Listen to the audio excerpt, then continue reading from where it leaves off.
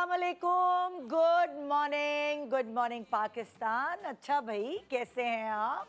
ठीक ठाक हैं? मैं तो खुशी से हूँ और उम्मीद है आप लोग भी खैरियत से होंगे। बहुत अरसे बाद हम लाइव शो के साथ आपके सामने हैं और हाय अल्लाह, मेरी नज़र अभी पड़ी, कारपेट जो है ये धुला है क्या? अब आहिस्ता आहिस्ता नज़र पड़ी हर चीज़ पे ना, जैसे घर पे नज़र नहीं पड़ती, तो वो धुलने में कुछ लगता है रंग वंग चढ़ गया, मेरा कारपेट कुछ अजीब सा हो गया है। बहरहाल कारपेट अजीब सा है लेकिन शो वैसे ही है, बल्कि उससे ज़्यादा अच्छा करने की कोशिश करेंगे। आज का टॉपिक बहुत प्यारा है और बड़े अरसे बाद जब लाइव शो करते हैं तो ये टॉपिक ऐसा होता है कि ऐसा लगता है कि जैसे अल्लाह ताला माँ के ज़रिए सब कुछ संभाल लेता है और आपको एक उम्मीद होती है कि अम्मी संभाल लेंगी हमेशा से। वैसे तो औरत को सिन्फ नाजुक कहा जाता है, कहते हैं नाजुक मिजाज होती है। आप अपनी बेटियों को भी वो बर्डन नहीं डालते जो बेटों को रफ टफ पालते हैं, तो बेटियों को हर चीज़ नहीं, ना छोड़ो ना, लड़की है, नहीं करो, रहन दो। हर चीज़ में मेरी तरह आप भी ऐसा ही सोचती होंगी और बेटियों को थोड़ा सा मतलब थोड़ा हल्का हाथ रखती होंगी सख्ती के मामले में, आपके हस्बैंड्स भी और आप भी। उसकी वजह ये है कि हम सिन्फ नाजुक कहते हैं इन्हें। लेकिन ना जाने अल्लाह ताला ने ये क्या क़ुव्वत डाल दी है उसको माँ बनाने के बाद। जब एक लड़की, एक बच्ची, एक औरत एक माँ बनती है तो उसके अंदर एक सुपर पावर आ जाती है। वो एक सिन्फ नाजुक से एक स्ट्रेंथ वाली एक स्ट्रॉन्ग औरत बन जाती है और अपनी फैमिली के लिए, अपनी फैमिली की बेहतरी के लिए ना जाने क्या क्या करती है। कोई बुरा वक्त आता है तो ढाल बन के खड़ी हो जाती है, कोई बुरी नज़र से देखता है तो शेरनी बन जाती है। और भी ऐसी बहुत सारी चीज़ें हैं जब अगर आप अपनी ज़िंदगी पे नज़र डालें या मैं अपनी ज़िंदगी पे नज़र डालूँगी तो हमें अपनी माँ, अपनी मदर इन लॉ, जो भी माएँ हमारे इर्द गिर्द हैं वो नज़र आएंगी और उनकी वो सुपर पावर नज़र आएगी जो हम कहते हैं ये तो हमें आ ही नहीं सकती, ये हम ऐसे बन कैसे सकते हैं।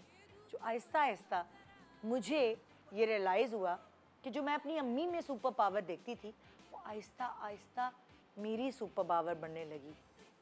मैं एक ज़माने में एक डरी सहमी सी लड़की हुआ करती थी, कोई थोड़ी ऊंची आवाज़ में भी बोलता था मैं डर जाती थी। मैं अगर अपनी टीन एज को याद करती हूँ, फिर आहिस्ता आहिस्ता जैसे जैसे जैसे मैं ग्रो की तो फिर मेरे अंदर वही स्ट्रेंथ मुझे नज़र आने लगी जो मैं अपनी अम्मी की स्ट्रेंथ देख के एडमायर करती थी। यार अम्मी कितनी रफ टफ है, यार अम्मी सब कुछ कर लेती है, मतलब वो वाला काम जो नहीं हो रहा होता अम्मी पता नहीं कितनी छक्की बनकर सब कुछ करवा लेती हैं। और आज मैं अपने आप में अपनी अम्मी की झलक देखती हूँ और इसीलिए हमने सोचा कि क्यों ना हम अपनी स्ट्रेंथ्स को पहचानें और हम ये शो आपके सामने लेकर आए। इस प्रोग्राम के बाद मुझे लगता है कि आप रियलाइज़ करेंगी कि आप कोई सिन्फ नाजुक नहीं, बल्कि आपके अंदर भी वो सुपर पावर छुपी हुई है जो आपकी अम्मी, आपकी दादी, नानी, सास या फिर किसी भी ऐसी औरत में थी जिससे आप इंस्पायर्ड हैं। तो आइए आपकी सुपर पावर्स को खोजते हैं आज के शो में। Good morning Pakistan.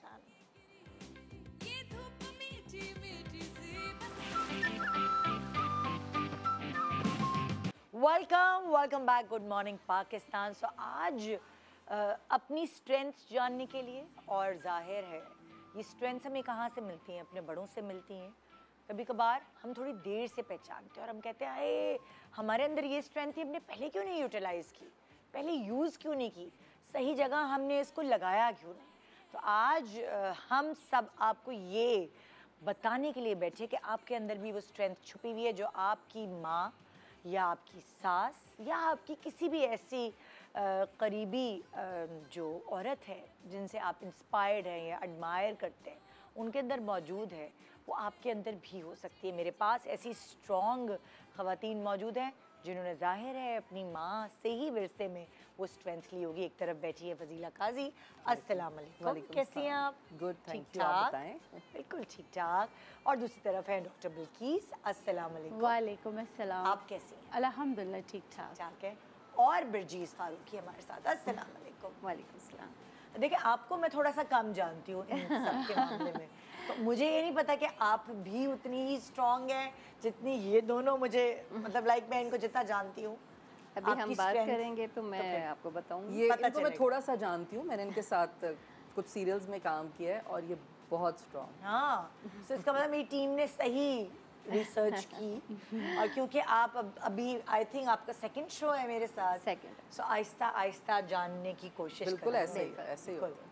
सो यहाँ फजीला आपसे शुरू करते हैं। जी और हम पहले अपनी अम्मियों की बात करेंगे क्योंकि बहुत दफ़ा ऐसा होता है कभी कभार अम्मियाँ इतनी स्ट्रांग होती हैं और वो हमें जीन्स मिल जाती है अच्छी वाली जीन्स। ऐसे ही। और कभी कभार ऐसा होता है आपने देखा होता है कभी कभार आपकी अम्मी सबमिसिव हैं और वो स्ट्रेंथ आप अपने अब्बू से ले लेते हैं और आप अपनी अम्मी पे कुड़ते रहते हैं सारी ज़िंदगी आप इतनी डर के रही हैं, बुज़दिल बन के रही हैं, तो वो ऑपोजिट एक बच्ची खड़ी हो जाती है वो, लेकिन उसको स्ट्रेंथ मिलती ज़रूर है, शायद अपने बाप से मिल जाती है। सो यहाँ आपसे शुरू करते हैं, माइग्रेशन फॉर बेटर फ्यूचर। आपकी अम्मी ने जी की। हाँ जी, ये सबसे पहली बात तो ये कि आज का जो टॉपिक था ना, ये मेरे लिए एक बहुत ही इमोशनल टॉपिक है क्योंकि ज़ाहिर है आपकी ज़िंदगी में मुझे लगता है अगर मैं आज यहाँ बैठी हूँ तो मैं सिर्फ अपनी माँ की वजह से बैठी हूँ, उनके डिसीजंस की वजह से, उनकी स्ट्रेंथ की वजह से बैठी हूँ क्योंकि मेरी अम्मी मुझे लगता है मुझसे भी बहुत ज़्यादा स्ट्रॉन्ग थी मेंटली, इमोशनली। एक होता है ना कि आप किसी पे डिपेंड करके आप स्ट्रॉन्ग होते हैं, नहीं, अम्मी अपने आप में खुद बहुत स्ट्रॉन्ग थी। और आई थिंक हम बच्चों को विद द टाइम ये एहसास होता है कि अच्छा, उस वक्त तो हमें लग रहा होता है कि हाँ ये सब सिचुएशन ऐसे ही है, ये सब कुछ ऐसे ही चलेगा, लेकिन विद द टाइम आपको एहसास होता है कि यार मेरी माँ के क्या स्ट्रॉन्ग डिसीजंस थे, ये क्या उसके अंदर की मजबूती थी जिसकी वजह से वो चीज़ें बेहतर होती गई। तो मुझे यही लगता है कि एक तो मैं आज अगर फ़जीला काजी हूँ तो मैं सिर्फ अपनी माँ की वजह से हूँ। मेरे बिल्कुल फ़ादर का भी रोल था, बट मेरी माँ की जो स्ट्रेंथ थी, जो सपोर्ट थी ना, उसकी वजह से मैं आज फ़जीला काजी हूँ। तो migration for the better future का ये था कि कराची हमें अपने बच्चों को ला के रखने का डिसीजन टोटली मेरी अम्मी का था। वो ही हमें यहाँ लेकर आई। मेरे वैसे बाबा आप बिल्कुल उसमें उनके साथ हैदराबाद थे। से वैसे ताल्लुक जी है जी, ना? मैं हैदराबाद में बचपन वहीं गुजरा है, वहीं पैदा हुए हैं, लेकिन ये कराची लाने का डिसीजन टोटली हमारी अम्मी का था और उन्होंने ही इसको फिर मतलब सही साबित किया कि हाँ ठीक है। और मुझे लगता है कि अगर वो नहीं होता तो शायद मैं यहाँ पे भी नहीं होती। नहीं तो अम्मी को कैसे लाइक अम्मी की पिक्चर है? हाँ, ये अभी की पिक्चर है। और अभी भी हालांकि अम्मी इस वक्त डिमेंशिया से गुजर रही हैं, लेकिन मुझे लगता है कि उनका जो मेंटल स्ट्रेंथ है ना, उसकी वजह से अभी भी वो अपने आप को बहुत अच्छे से कम्युनिकेट नहीं कर पाती हैं, लेकिन जब हम बात करते हैं तो हमें लगता है कि हाँ वो समझ रही हैं और हमें वो रिप्लाई करती हैं। उनको ऐसा क्या नजर आया कि बच्चों के बेहतर फ्यूचर, आपको ऑफर्स आना शुरू हो गई थी ड्रामों में जब आप नहीं हैदराबाद नहीं नहीं नहीं, मैं तो बहुत छोटी थी जब मैं तो क्लास 8th में थी जब हम कराची आए। तो एक तो एजुकेशनल सिस्टम खैर हैदराबाद का भी अच्छा था, बट अगेन होता है ना लोगों बड़ा को, देखिए शहर। आजकल के लोग जो हैं, हम अपने बच्चों को बाहर भेजना चाहते हैं, तो हमारे माँ बाप की जितनी थी विजन या जितना उस वक्त सोच था वो हमें अपने हिसाब से बेस्ट उन्होंने किया। बिल्कुल बिल्कुल। तो एक तो एजुकेशन का था और दूसरा कुछ क्योंकि होता है जब parents you know when they got separated तो उसमें उनको कुछ डिसीजंस लेने पड़ते हैं। तो उसमें अम्मी ने ये अच्छा किया कि अम्मी ने कहा नहीं, मैं कराची जाके अपने बच्चों को जो है उनको पढ़ाई करूँगी और उनको वहाँ जाके पालूँगी। और अम्मी ने बहुत अरसे तक अकेले ही हमारी हर चीज़ को देखा। हमें कभी एहसास नहीं हुआ कि हमारे पास किसी चीज़ की कमी है या हमारी तालीम। अम्मी वर्किंग लेडी थी या हाउसवाइफ? नहीं, अम्मी हाउसवाइफ थी, लेकिन उन्होंने इतना बाबा से मतलब उस वक्त तो पैसे लेना भी ज़रा मुश्किल होता था ना अपने शौहर से, अगर आप अलग हैं, सेपरेटेड हैं। तो लेकिन अम्मी ने उनसे वो पैसे भी लिए और बच्चों की पढ़ाई पे लगाए। और एक एक पैसा मुझे याद है कि अम्मी जोड़ती थी कि बच्चों की फ़ीस जानी है, बच्चों की मतलब जो भी चीज़ है, कपड़े मतलब आने, उन्होंने उसी में घर चलाया। बड़ी हाँ, हमें कोई प्रॉब्लम नहीं हुई कि कोई हमें ईद के कपड़े ना मिला हो या कोई कॉम्प्लेक्स हुआ हो। तो अम्मी की वो जो स्ट्रॉन्ग पर्सनालिटी थी या स्ट्रॉन्ग डिसीजन था, मेरा ख्याल है उसकी वजह से हम सब भाई बहन माशाल्लाह बहुत बहुत अच्छे तरीके से हमने अपना वो सफ़र गुजारा। जो मुश्किल वक्त था वो भी बहुत अच्छा गुजारा। आजकल लोग, मैंने बच्चों को देखती हूँ, परेशान होती हूँ, बच्चे कहते हैं कि अरे हमें ये कॉम्प्लेक्स हो गया, हमारे माँ ने ये नहीं दिया, हमारे बाप ने ये कमी कर दी, हमें ये खाने को नहीं मिला। लेकिन हमें ऐसे कोई कॉम्प्लेक्स नहीं, अल्हम्दुलिल्लाह। पूरे फुलफिल की उन्होंने? हाँ, मुझे लगता है उनका जो एक अम्मी की सोच थी ना, वो अब मुझे एहसास होता है कि जो जो चीज़ें उन्होंने बताई सिखाई, उसकी वजह से मुझे आज काफ़ी लोगों को मैं देखती हूँ, लोग मेंटली वीक होते हैं, उनको किसी कपड़े से भी प्रॉब्लम होता है, उनको हर चीज़ महंगी पहननी होती है ना, द ब्रांड्स और ये और वो।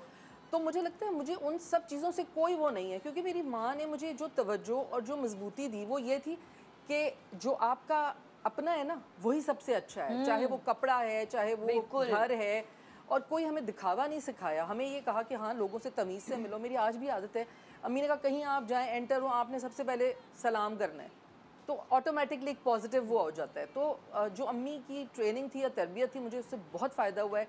और जो सख्तियाँ थी उस वक्त, जो हमें लगता था कि यार वो सख्ती, यार क्या अम्मी आप कभी, मैंने अपनी दोस्तों के पास नहीं आप जाने दे रहे, या टाइम का बहुत वो था, पर्टिकुलर थी, डिसिप्लिन बहुत ज़्यादा था, उसका अब मुझे एहसास होता है कि हाँ, वो कैरेक्टर बिल्डिंग में बहुत बहुत ज़्यादा काम करता है। बहुत डिसिप्लिन जो है ना, मैं तो जैसे आप कह रही हैं, उस वक्त वाकई लग रहा होता है कितनी सख्ती है, टाइम पर ये करना, टाइम पर वो करना, छुट्टी नहीं करना। और वो सख्ती जो है, आज मैं भी अपनी अम्मी की थैंकफुल हूँ।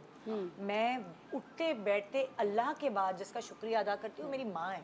अब्बू का भी बहुत बड़ा रोल है, ऑब्वियसली अब्बू तो इधर ही हैं। नहीं, लेकिन बच्चों की जो मेंटल वो होती है ना, स्ट्रेंथ, जो 24 घंटे मदर उनके साथ होती हैं, उनकी हर चीज पे निगाह रख रही नहीं, हमारी मेरी अम्मी तो वर्किंग थी, वो तो 24 घंटे भी हमारे साथ नहीं होती थी, लेकिन कभी भी जिंदगी में किसी भी मोड़ पर मुझे तन्हाई महसूस नहीं हुई कि अम्मी मेरी वर्किंग है। पता नहीं वो कैसे, मैं कहती थी वो आप जिन है क्या, आप हर जगह पहुंच जाती हैं, आप हर काम कर लेती हैं, जो चीज़ नहीं, कहीं एडमिशन कराना है, कहीं कुछ कराना है हमारे लिए भी, तो वो खड़ी होती थी। और वही चीज़ मेरे अंदर ऐसे आई है जो मैं तसव्वुर भी नहीं कर सकती थी। पता है, मुझे लगता है कि अगर ये जो शिकायतें जो लोग करते हैं वो बड़ी गलत होती हैं, क्योंकि हर माँ बाप अपनी बेस्ट ऑफ द एफर्ट लगाते हैं अपने बच्चों के लिए। बिल्कुल, और बिल्कुल। अब उनकी जितनी इस्तात है, जितनी सोच है, अपनी चादर में रहती या जितना विजन भी होता है ना एक आपका, कि भाई इतना ही विजन था, उन्होंने अपनी बेस्ट की होती है। और सबसे बड़ी बात ये होती है कि आपको इसलिए एहसास नहीं होता हर मुश्किल वक्त का, क्योंकि आपके माँ बाप आपके पीछे खड़े होते हैं। मतलब मेरी ज़िंदगी में जितनी चीज़ें आई, मैंने देखा मेरी माँ खड़ी थी हर वक्त मेरे लिए, चाहे वो मुश्किल वक्त था, चाहे वो अच्छा वक्त था, चाहे वो खुशी का वक्त था, लेकिन वो हर वक्त अपनी फुल उसके साथ एनर्जी के साथ उस मौके पर मेरे लिए होती थी। और उस वजह से, और आपको ये एहसास होता है एक सर्टेन टाइम के बाद जाके। देखिए, हमारे जो बच्चे हैं ना, हमारे बच्चे, आजकल के बच्चे बहुत मैच्योर हैं, हम बहुत समझदार हैं, बहुत इंटेलिजेंट हैं, लेकिन उनके पास सिर्फ एक्सपीरियंस की कमी है। और वो जब आप जैसे जैसे वक्त गुजारते हैं, वो तजुर्बे से आपको ना दूर तक नजर आता है। मैच्योरिटी के साथ साथ ही फिर आपके अंदर आती है। उस वक्त हम अम्मी को कहते थे आपको क्या पता, आपको क्या पता, लेकिन वो कहती थी, और वो क्या कहती थी, बेटा मैं तुम्हारी माँ हूँ, मैंने तुम्हें पैदा किया, तुमने मुझे पैदा नहीं किया। Exactly, यही सब माँओं का यही है। वो कमज़ोर वक्त में अपने आप को संभालना, वो सब चीज़ें अम्मा और ये आपकी मदर इन लॉ, या मतलब कोई भी ऐसा जिससे आप इंस्पायर्ड है, उसको देखकर आप जो है ज़ाहिर सीखते हैं। 7 सिस्टर्स, जी आपकी स्ट्रेंथ जानना चाहेंगे हम। 7 सिस्टर, हम लोग 7 बहनें और 1 भाई। अच्छा। भाई मुझसे 16 या 18 मंथ्स छोटा है। अच्छा। और मैं 5वीं हूँ, मेरे बाद भाई आया। और मेरी मदर ने हमें, मेरे पापा बहुत, उनको बेटियों से बहुत मोहब्बत थी। अच्छा। बट पापा का काम सिर्फ ये था कि उनका अपना बिजनेस था, कि बस वो एवरी वीक लाते थे और अम्मी के हाथ में उन्होंने दे दिए। घर अम्मी को चलाना है, देना लेना एवरीथिंग, सब कुछ वो अम्मी को करना है। मेरी अम्मी बहुत स्ट्रॉन्ग, अम्मी ने जिस तरीके से फिर हमारी शादियाँ के स्टेप बाय स्टेप, मगर अम्मी ने ये नहीं किया कि नहीं बड़ी की शादी नहीं हो रही तो मैं छोटी की पहले ना करूं। अच्छा। जिसके अम्मी को यही था कि नहीं तुम्हारे बाप की ज़िंदगी में मैं जितनों की माशाल्लाह साथ हैं ये, कि मैं जितनों की शादियां कर दूं बस वो बेहतर है। और अम्मी ने इसी तरह ही किया, और अल्हम्दुलिल्लाह उनको दामाद भी बहुत अच्छे मिले सारे। तो बस सिवाय एक सिस्टर के, उनके साथ ट्रेजेडी हुई और उनको मेरी मदर ने जिस तरह संभाला, उनकी शादी भी थोड़ी लेट हुई, और फिर उसके बाद जिनसे हुई वो थोड़े नफसियाती केस थे, तो वो शादी चली भी नहीं। 1-1.5 साल में उनकी शादी भी फिर ख़त्म करवानी पड़ी। तो मगर वो जिस हाल में वापस आई थी और जिस तरह बच्ची भी हो गई थी, तो जिस तरह ज़ाहिर है मेरी माँ ही थी, उन्होंने जिस तरह उनको संभाला, उस वक्त मेरे पापा भी नहीं रहे थे।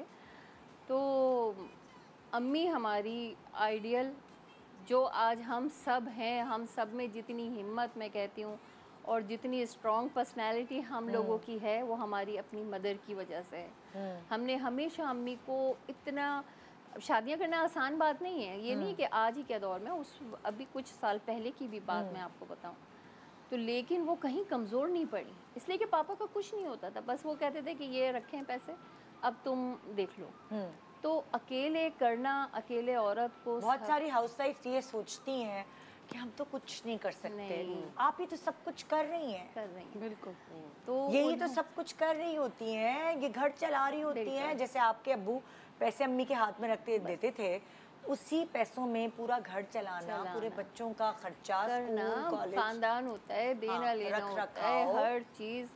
तो माशाल्लाह अम्मी ने बहुत अच्छे से मैनेज किया और बहुत, अम्मी की तो खैर अभी भी सब मिसालें देते हैं और हम, हमारे अंदर अम्मी ही की वजह से आई है। और पता भी नहीं आपको चलने देती हमें वो कि कब क्या मुश्किल वक्त आया। ये कमाल बात है ना, माएँ ना आपको पता ही नहीं चलने देती है कि वो जो उनकी छोटी छोटी कुर्बानियाँ होती है ना, वो आपको अब एहसास होता है कि मैं ये नहीं खा रही, अच्छा तुम खा लो, क्योंकि एक चीज़ मुझे पसंद है, मेरी माँ को पता है कि भाई मुझे ये चीज़ पसंद है, तो वो बोटी ही अलग रख देती थी, नहीं नहीं मुझे पसंद नहीं है, तुम ये खाओ। या फिर मतलब उसके अलावा कपड़ों में, खाने में, हर चीज़ में वो छोटी छोटी कुर्बानियाँ होती हैं जो हमें पता ही नहीं चलती हैं। बाद में हम कहते हैं यार हमें तो लगा ही नहीं कि जब हमारे पास पैसे गरीब, मतलब कम थे, हम गरीब थे, हम तो गरीब समझते, लेकिन खैर गरीब नहीं थे अल्हम्दुलिल्लाह, लेकिन जब पैसे कम थे तब भी खाने में या किसी चीज़ में कोई कमी नहीं थी। तो वो कैसे नहीं थी? तो वो ऐसे नहीं थी कि मेरी माँ शायद एक बहुत अच्छी, मतलब सबकी माएँ बहुत अच्छी अकाउंटेंट थी, सबकी माएँ बहुत अच्छी, इसलिए कहते हैं ना औरतें बहुत अच्छी मैनेजर होती हैं, क्योंकि they know how to manage fund, हिसाब किताब, किधर क्या, घर को कैसे मैनेज करना है, कहाँ से क्या। अब एक अम्मी की मुझे पुरानी बड़ी याद आती है, कुछ वो जुमले बोलती थी, क्या इधर की पता नहीं, इधर का उधर करते, उधर का उधर सामान, मतलब यू नो चीजें हेरा फेरी, इधर का उधर नहीं, हेरा फेरी नेगेटिव में चला जाता है, वो नेगेटिव में चला जाता है। लेकिन ये कि अभी मैं क्या बताने लगी थी, अम्मी ने हमारी, फिर मैंने सख्ती भी बहुत करती थी, बहुत ज़्यादा। हम किसी फ्रेंड के घर नहीं जा सकते थे, जिसको बुलाना है घर पे बुला लो। तो हमें उसमें बड़ा गुस्सा आता था कि अब ये फ्रेंड्स भी तो आ रही हैं ना, इनके भी तो मदर ने इजाज़त दे दी, लेकिन हमें नहीं थी। वैसे हमें कोई वो नहीं था, अपनी भाई के साथ कार में वो 2 कुशन रख के ड्राइव कर रहा होता था, जहाँ जाने जाओ, एवरी वीक मूवी देखने जा रहे हैं, सब कर रहे हैं, लेकिन वैसे नहीं जा सकती। और ये वाली बात आज के ज़माने में कितने किस्से सुनने में मिल रहे हैं कि मतलब कि किसी के दोस्त के घर रहने गए, कितने कितने किस्से सुनने में आ रहे हैं। तो ये तो पुराने वक्तों की थी, तो इनको पहले से ही अवेयरनेस थी, और अब जो है वो पूरे केसेस आ रहे हैं कि इस तरह उस फलानी लड़की के बाप जो था या भाई जो थे, उन लोगों ने ऐसे किया वैसे किया, कितने केसेस हम देखो। कुछ चीज़ें होती हैं ना, कुछ जुमले होते हैं जो हमें उस वक्त लगता था कि ये ऐसे जुमले हैं, लेकिन वो जुमले नहीं थे, उनके पीछे पूरी कहानी होती है, पूरी कहानी। जैसे हमेशा मैंने एक जुमला सुना था कि भाई अंधेरा जो है वो शैतान को दावत देता है, तो इसलिए मगरिब से पहले घर में मौजूदगी हर किसी की, लड़कों की भी, कि मगरिब से पहले घर में हो। तो अब आपको समझ आता है ना कि अंधेरा क्यों शैतान को दावत देता है। सही। तो उसके पीछे भी पूरी एक बात है, अगर समझ आ जाए तो फिर आपको आसानी हो जाती है कि हाँ भाई आप किसी अंधेरी जगह हो, तो अकेले हो, तो प्रॉब्लम में आ जाते हैं। दैट इज शैतान को दावत देना। तो घर और अम्मी, अच्छा मेरा अम्मी जो है ना प्रोफेशनल लेडी भी थी। जैसे मैं, मेरे पैदाइश के 8th क्लास में थी तो मैं पैदा हो गई, ठीक है। और फिर ऐसा है कि मेरी अम्मी PIA में चली गई। जब वो PIA ज्वाइन किया, क्योंकि पठान थे तो कौम कबीले वाले होते, उन्होंने कहा कि शटल कॉक बुर्का पहन के जाना। उन्होंने उनकी वो बात भी मानी कि भाई शटल कॉक बुर्के में जाऊंगी, क्योंकि मेरी अम्मी को शौक़ था जॉब करने का, तो उस पर भी बायकॉट कर दिया। अच्छा, शटल कॉक बुर्का पहनने के जाने पर भी मेरी अम्मी की जो फैमिली थी, अम्मी की तरफ वाले, उन्होंने बायकॉट कर दिया। मेरे अब्बू का जो घर है, आप ऐसा समझें कि मेन चित्राल में अम्मी और मेरे अब्बू लास्ट बॉर्डर ऑफ चित्राल। अच्छा। अब वहाँ से ना कोई एजुकेशन की कोई चीज़ नहीं होती थी ना, कि कैसे आप एजुकेशन के लिए मीलों पैदल चलना पड़ता था। बर्फ़बारी, मीलों पैदल चलना। तो मेरी अम्मी ने क्या किया, घर ही बाइकॉट में भी ख़ास चित्राल में बनाया, दुश्मनों के बीच में।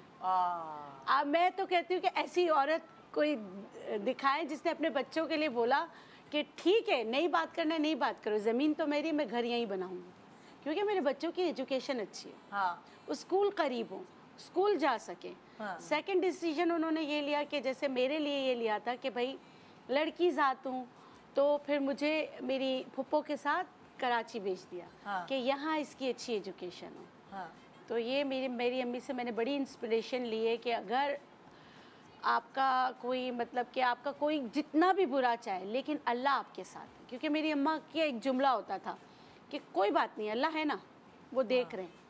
तो मुझे ये बड़ा वो होता है कि क्योंकि ज़माना जो रिश्तेदार ये जी, सब जब आपको ज़रूरत पड़ती है तब कोई भी नहीं आता बिल्कुल आपके पास। भी नहीं आता। तो आपने अपनी सब चीज़ें खुद करनी है, तो देखिए, क्यों अपने डिसीजन निदा मैं आपको बताऊं, मुझे याद है कि जिस रास्ते से मेरी अम्मी जाती थी, पता नहीं मुझे ये ऑन स्क्रीन बोलना चाहिए नहीं बोलना चाहिए, मेरी अम्मी के कुछ रिश्तेदार थे छोटे छोटे कंकर मारते थे, कि कंकर फेंकते थे, लेकिन मेरी अम्मी को बॉदर ही नहीं करती थी। उनके साथ गार्ड होता था, वो अपने घर चली जाती थी, और अगर कोई बच्चों की शिकायत लेकर आ जाए तो वो कहती थी अच्छा मैं समझा दूंगी, दरवाज़ा बंद किया, टेप लगाया और कहती थी सो जाओ। मतलब वो किसी की बुराई में थी नहीं।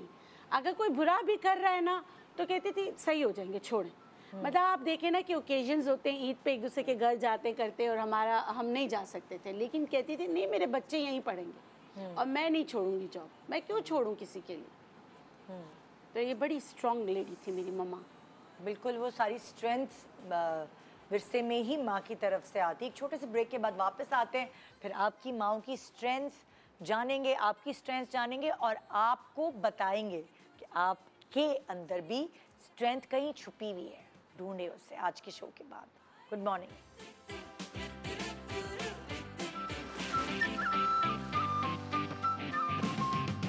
Welcome back. Good morning Pakistan. आज हम बात कर रहे हैं अपनी माँओं की, अपने बड़ों की स्ट्रेंथ्स पर, और उनके अंदर वो सुपर पावर जो हमें भी इंस्पायर करती है। और आज हम आपकी भी सुपर पावर जो आपको खुद ढूंढनी है, वो भी ज़रा हम आपको वर्गला रहे हैं कि ढूंढें। कोई तो पावर होगी आपके अंदर। अच्छा चले, अगर मैं ये पूछूं, बल्कि आपकी बात कंप्लीट हो गई थी अम्मी की या रह गई थी?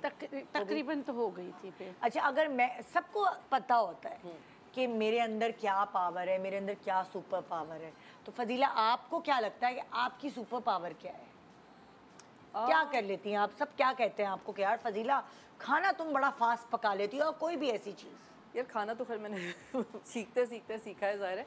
नहीं, लेकिन जो मेरी एक सुपर पावर है, आई थिंक वो ये है कि मैं ऐसे बहुत स्ट्रॉन्ग हूँ मेंटली अपने डिसीजंस में। अगर मैंने कुछ सोचा है कि मैं ये करना चाहती हूँ तो मैं वो करती हूँ, और फिर मैं अपने उस फैसले की जिम्मेदारी भी खुद लेती हूँ। मैं कभी किसी को ये नहीं कहती कि आपकी वजह से ये कर लिया, आपकी वजह से ये कर लिया तो ये हो गया। मैं कहती हूँ नहीं, एक मैंने डिसीजन लिया है और मैं उसको सही भी करती हूँ, और अगर नहीं होता तो उसको सही करने की भी कोशिश करती हूँ, क्योंकि मुझे लगता है फ़ैसला कोई भी गलत नहीं होता, सिर्फ वो सिचुएशंस या सर्कमस्टांसेस ऐसे बनते हैं कि वो चीज़ें कुछ आपकी आगे पीछे होती हैं। बट इंसान को अल्लाह ताला ने ऐसा बनाया है कि you can always go through the rough patches, और आप उन चीज़ों को ठीक कर लेते हैं। तो ये मेरी सुपर पावर है। आई कैन मैनेज होम और घर, बच्चे, और मैं मल्टीटास्क करूँ। जैसे मर्द तो होते हैं ना कि वो एक काम करें तो दूसरे काम के लिए वो यूँ हो जाते हैं कि हाँ क्या हुआ। हाँ, तो मुझे लगता है मैं मल्टीटास्कर हूँ उस वजह से कि मेरी अम्मी की वजह से ही, कि मैंने उनसे सीखा कि आप एक वक्त में 2-3 चीज़ें कर रहे हैं, और खाना भी पका रहे हैं, और बच्चे भी देख रहे हैं, और घर भी देख रहे हैं, और टेलीविज़न पे भी काम कर रही हूँ, तो ये मुझे लगता है मल्टीटास्कर हैं। और हार नहीं, और अपने डिसीजंस में हार नहीं मानती, और अपने डिसीजंस पे खड़ी रहती हूँ स्ट्रांगली कि मैंने ये डिसीजन लिया, मुझे उसको सही करके दिखाना है, चाहे वो कोई भी हो, चाहे कोई। अब मैं कैसे को छेड़ूं, शादी का भी लिया था, सही कर लिया मैंने उसे। हाँ भाई, अच्छा, आपकी सुपर पावर मैं आपको बताती हूँ कि एक हम माइंड साइंसेस के एक उस पर मैं बताना चाह रही हूँ कि आप जो चाहेंगे वो हो सकता है।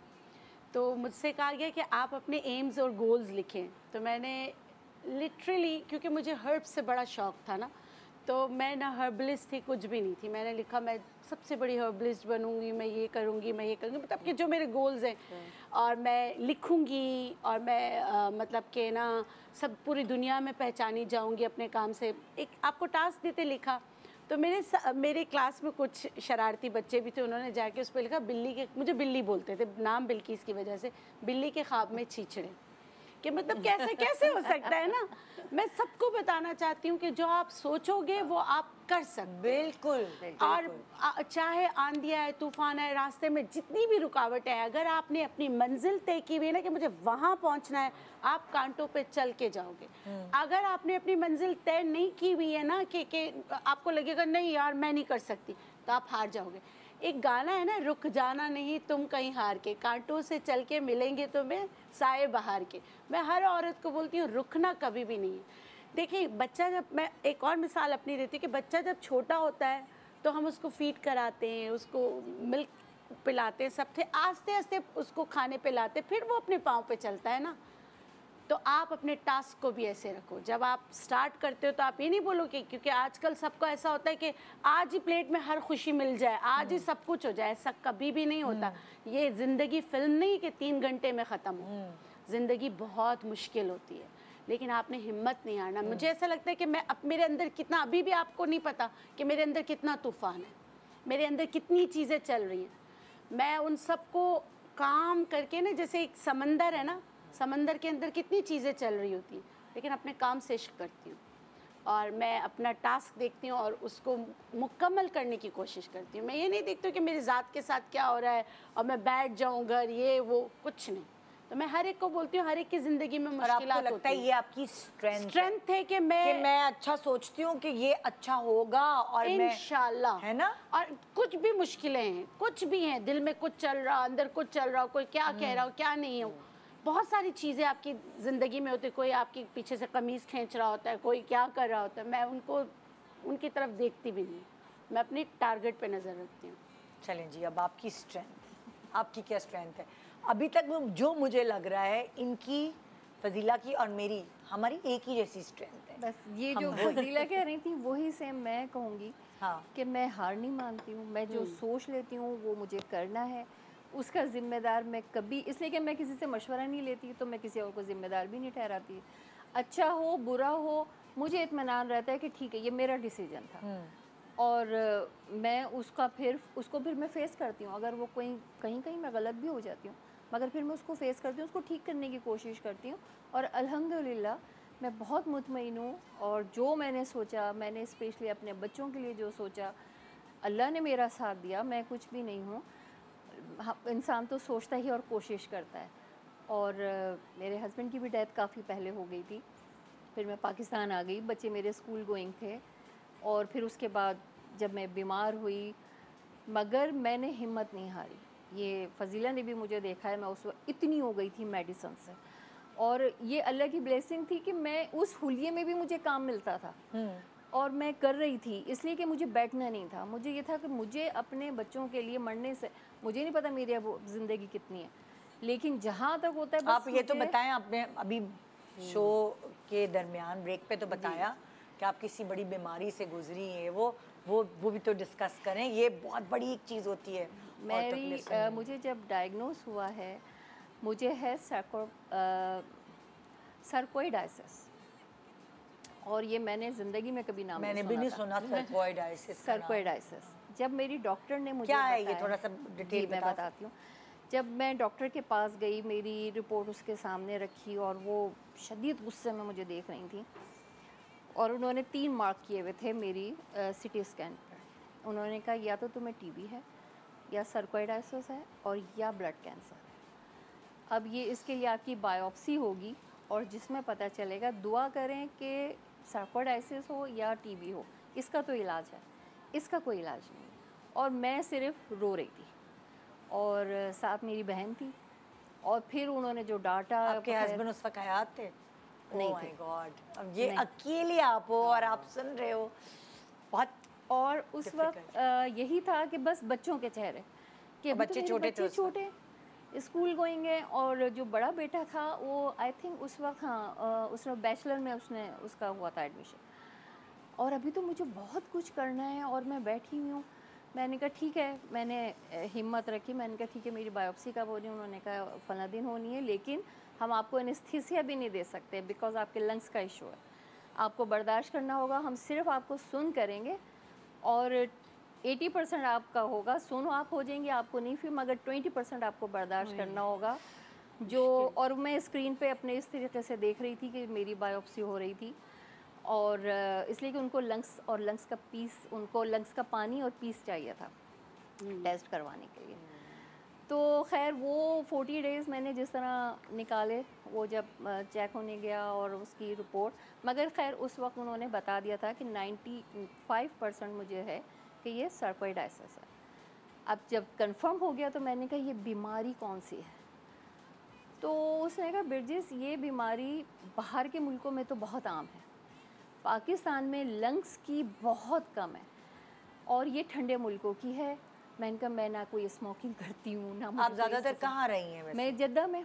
जद्दा भी गर्म है, गर्म है। तो उन्होंने कहा कि बस फिर ये अल्लाह के ही है हाथ में कि अल्लाह जिसको बस ज़ाहिर है उन्होंने दी है, आप उन्हीं से दुआ कीजिए कि जिस तरह उसने दी है उसी तरह ख़त्म हो जाए, लेकिन अब आपको स्टेरॉइड्स पर आना है। और मैं दिन की माय गॉड जो मैं वो टाइम याद करती हूँ, मैं 4 टाइम्स 6 टैबलेट लेती थी, एक टाइम में 6 टैबलेट।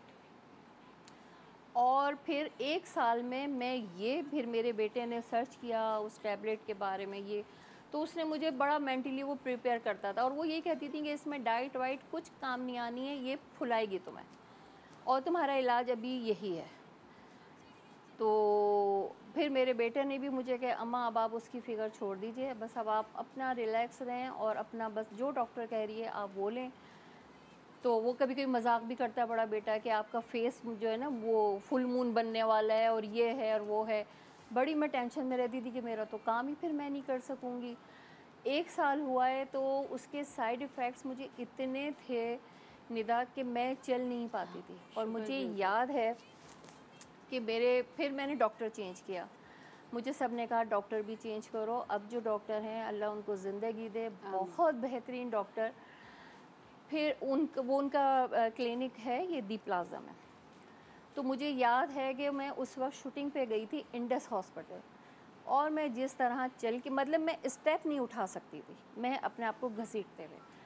और वापसी पे मैं वहाँ ड्रॉप हुई हूँ, मैं अपनी कार भी वहीं पार्क करके गई थी और मैं जाके जो रोई हूँ, मैं कहा मुझे बेड पे नहीं आना, मुझे अभी बहुत कुछ करना है। मोटापे की वजह से आप चल नहीं पा रही? नहीं, उसके साइड पे वो हड्डियाँ ख़त्म कर देता है। ओके, अल्लाह। शुगर भी हो जाती है, मगर वो तो अल्हम्दुलिल्लाह ऐसा कुछ नहीं हुआ। लेकिन उन्होंने यही कहा कि इसके साइड इफ़ेक्ट होते हैं मगर तुम्हें बहुत जल्दी हुए हैं। तो अब यह है कि जितनी तुम ले रही हो, जिस तादाद में ये टैबलेट, उसको हम एकदम ख़त्म नहीं कर सकते, हम 2-2 करके तो ख़त्म करेंगे और दूसरे पे लेकर आएंगे। तो ये दूसरे डॉक्टर हैं आप? ये दूसरे। पर आपने हिम्मत नहीं हारी? मैंने नहीं हारी। और मगर ये मैं जानती हूँ कि मैंने जिस तकलीफ़ में और सिर्फ इसलिए कि मुझे अपने बच्चों के लिए खड़ा होना था कि इनके लिए सिर्फ मैं हूँ और कोई नहीं है। अब सही हैं आप? अल्हम्दुलिल्लाह चल रही है। वो डिज़ीज़ अपनी जगह पर है। अब वो ख़त्म नहीं होता डिजीज़? वो नहीं होता, वो लंग्स का है, दोनों लंग्स के बीच में क्लॉट है ये, और उसको बस मेडिसिन से रोका हुआ है। एवरी ईयर मेरी HRCT होता है ऊपर से नीचे तक, फिर मेरा लंग्स फंक्शन टेस्ट होता है कि वो डिज़ीज़ हिले नहीं। और उसी की वजह से मेरा मोटापा भी ऑन एंड ऑफ मैं होती रहती हूँ। कभी इसलिए कि कभी ज़्यादा तबीयत ख़राब हो जाती है तो फिर वो मुझे स्टेरॉइड्स पे ले आते हैं, फिर वो ख़त्म होती है। तो चल रही, मगर ये कि अब मैं बहुत रिलैक्स हूँ। बड़ा बेटा माशाल्लाह मेरा सेटल है अपनी लाइफ में, शादी हो गई है उसकी, बेटी ने भी मास्टर कर लिया है, छोटा बेटा भी अपना कर रहा है, ठीक है, मुतमईन हूँ। और ज़िंदगी तो अल्लाह के हाथ में है, बिल्कुल। लेकिन ये उसकी ब्लेसिंग है कि उसने मेरा हाथ नहीं छोड़ा अल्लाह ने। और मुझे बहुत हिम्मत दी और हिम्मत के साथ जिस तरह से मैंने किया, ये मैं बहुत सारी ऐसी ख़वातीन हैं जैसे लाइक ऑब्वियसली हम तो स्क्रीन पे जो आती हैं उनकी बात कर सकते हैं। जैसे अस्मा अब्बास हैं, उन्होंने कैंसर से फ़ाइट की और माशाल्लाह देखें हंसती खेलती अल्हम्दुलिल्लाह। ऐसी और बहुत सारे लोग हैं जो इतनी बड़ी बड़ी बीमारियों से फ़ाइट करते हैं। और वरना अब इससे तो लोगों को सबक सीखना चाहिए ना कि देखें कुछ ख़वातीन हैं जो कुछ क्या, मैं खुद भी वैसे ऐसी फजूल हूँ, और हम लोग कुछ लोग ऐसे, हम लोग ओवर थिंक करते हैं, ओवर ड्रामेटाइज भी करते हैं चीज़ों को। ज़रा सा कुछ हो जाए तो बस, एक तो आजकल गूगल ने ना, अल्लाह माफ़ करे, कोई एक चीज़ सर में दर्द हो गया तो वो आपको एंड ही पहुंचा देता है कि बस अब ज़िंदगी ख़त्म होने वाली है। तो इनको देख के बिल्कुल ये सोचना चाहिए कि भाई आप अगर चाहें तो क्या नहीं कर सकते, और बीमारी में बिस्तर पे नहीं लेट जाना चाहिए, तैयार होकर बाहर निकल जाना चाहिए। और आपका ब्यूटी शॉट में चेक कर रही हूँ, नेल पॉलिश, लिपस्टिक सब मैचिंग है, ये चाहिए। तो ये सबसे अच्छी बात है माशाल्लाह। तो खुश रहें। Life and death, life and death. हाँ यार, ये बड़ा मेरी ज़िंदगी का जो है ना एक ख़तरनाक एक्सपीरियंस था। और यहाँ पे भी मेरी माँ ने ना वो फ़ैसला अपने हाथ में लिया उस वक्त, तो मैं बच गई। एक मेरा दूसरा बेटा था, ज़ोरैन जब हो रहा था, तो एक अस्पताल होता था, ओशन मॉल बन गया उसकी जगह। अच्छा। हाँ, तो मेरी सर्जन थी, उन्होंने कहा कि भाई, मैंने कहा ये मेरे अस्पताल घर से करीब है तो फिर यहीं केस करेंगे, और ठीक है, नॉर्मल था, सब कुछ था। भाई वहाँ जो ड्यूटी डॉक्टर्स ने काम किया ना मेरे साथ, मतलब उन्होंने सोचा कि भाई एक गिनी पिग मिल गई है हमें रात को 12 बजे, तो अब हम हाथ साफ करते हैं इस पे। मतलब मैं लिटरली बस, मुझे लग रहा है कि मेरी रूह जो है ना परवाज़ कर गई थी कहीं, आधे में से वापस आई है वो, और मैं और ज़ोरैन इस दुनिया में रह गए। क्योंकि मेरी अम्मी ने उस वक्त क्या किया कि अम्मी ने जब सारी चीज़ें देखी ना कि जो कुछ भी हो रहा है, उन्होंने डॉक्टर को कॉल नहीं की। अमूमन ये होता है ना, आपने डॉक्टर को कॉल करनी कि भाई अब आप आ जाएं, आपका सब कुछ रेडी है, केस रेडी है। उन्होंने कॉल नहीं किया और उसने कहा चलो मैं खुद ही ट्राई कर लेती हूँ। और उस ट्राई के चक्कर में उसने बस मुझे, मेरी किस्मत थी, नसीब था, मैं बच गई, वरना उसने मुझे मारने में कोई कसर नहीं छोड़ी थी। मेरी अम्मी उस साथ थी, अंदर आ गई तो उसने कहा आप अंदर नहीं आ सकती। अम्मी ने कहा चुप करो, तुम्हारी ऐसी की तैसी, कहाँ है मेरी बच्ची। और अम्मी ने जब मेरी हालत देखी, अम्मी ने जाके फ़ोन किया और डॉक्टर को खुद कहती है आपको लाओ नहीं है, आप नहीं कर सकती डॉक्टर को फ़ोन। अम्मी ने कहा मैं मारूंगी तुम्हें पकड़ के, तुमने मुझे हाथ भी लगाया। तो अम्मी ने जाके, उस वक्त तो मोबाइल भी मतलब नहीं थे, कुछ नहीं था, अम्मी ने नीचे गई है रिसेप्शन से जाके फ़ोन किया डॉक्टर को, वो भागती भी आई, बहुत सीनियर डॉक्टर थी, और उन्होंने भी आके इतना गुस्सा किया, उन्होंने कहा मुझे क्यों नहीं फ़ोन किया, मुझे क्यों नहीं बताया। तो खैर वो उसके बाद और भी थोड़े, मगर वो आ गई तो वो सारे जो सिवियर इश्यूज़ थे, जैसे ज़ोरैन के गले में कॉर्ड लिपट गई थी, and you know I was just like, मैं तो कह रही हूँ, मैं तो आधे मुझे बाकायदा मैंने ज़िंदगी में पहली दफ़ा फ़ील किया कि इंसान के जिस्म से रूह कैसे निकलती है और फिर रूह वापस कैसे आती है। Literally I experienced that time. तो वो मुझे लगता है कि अगर मेरी माँ उस वक्त नहीं होती ना तो रूह वापस नहीं आती, वो चली जाती। क्योंकि अम्मी ने उस वक्त वो डिसीजन लिया, हर चीज़ अपने हाथ में लिया। अम्मी ने किसी की नहीं सुनी जो वहाँ भी बकवास कर रहे थे। अम्मी ने कहा नहीं मेरी बेटी है, मुझे पता है मुझे क्या करना है। तो नहीं, तो अम्मी को कैसे उन्होंने एनालाइज किया कि ये तो एक्सपीरियंस डॉक्टर ही नहीं है? नहीं, एक्सपीरियंस की बात नहीं, एक सर्जन थी वो मेरी, जिसको मैं हर वक्त दिखाती थी, जो मेरी गाइन थी, गायनेकोलॉजिस्ट थी, उनको ही मैं दिखाती थी। तो उन्होंने आना था वहाँ पे, और एक टाइम होता है कि जब डॉक्टर शुड भी दे, तो वो जो डॉक्टर्स थी वहाँ ड्यूटी डॉक्टर, उनका काम सिर्फ इनिशियल तैयारी करना होता है, और उनका काम होता है फिर जाके वो फ़ोन करती हैं कि आप आ जाएँ। वो फ़ोन ही नहीं कर रही थी, वो फ़ोन ही नहीं कर रही थी, और अम्मी को समझ आ गई थी। देखो भी एक्सपीरियंस से उनको समझ आ जाती है ना, माओं को, उन्होंने ज़िंदगी गुजारी होती है अपनी, उनको समझ आ गई थी। उन्होंने कहा कि ये तो फ़ोन ही नहीं कर रही, वो चाह रही है कि मैं खुद, फिर नर्सेज ने किसी ने अम्मी को बताया होगा, फिर अम्मी तो अंदर आ गई, थिएटर में आ गई, कहती आप इधर नहीं आ सकती हैं। अम्मी ने कहा ऐसी की तैसी तुम्हारी, मेरी बच्ची इधर है, कैसे नहीं मैं इधर आ सकती। अम्मी ने कहा है, तो मेरी माँ ने मुझे बचाया उस वक्त, ऑनेस्टली। तो यहाँ पे हमारे साथ बड़ी ये चीज़ें भी होती हैं जो कि पता नहीं और लोगों के साथ बेचारों के साथ क्या क्या होता होगा, लेकिन इस तरह के भी लोग होते हैं जिनको किसी की जान की फिक्र नहीं होती, उनको अपने बस वो कहते हैं एक्सपेरिमेंट कर लो। हाँ बिल्कुल। एक छोटा सा ब्रेक ले रहे हैं, ब्रेक के बाद देखते रहिए गुड मॉर्निंग पाकिस्तान।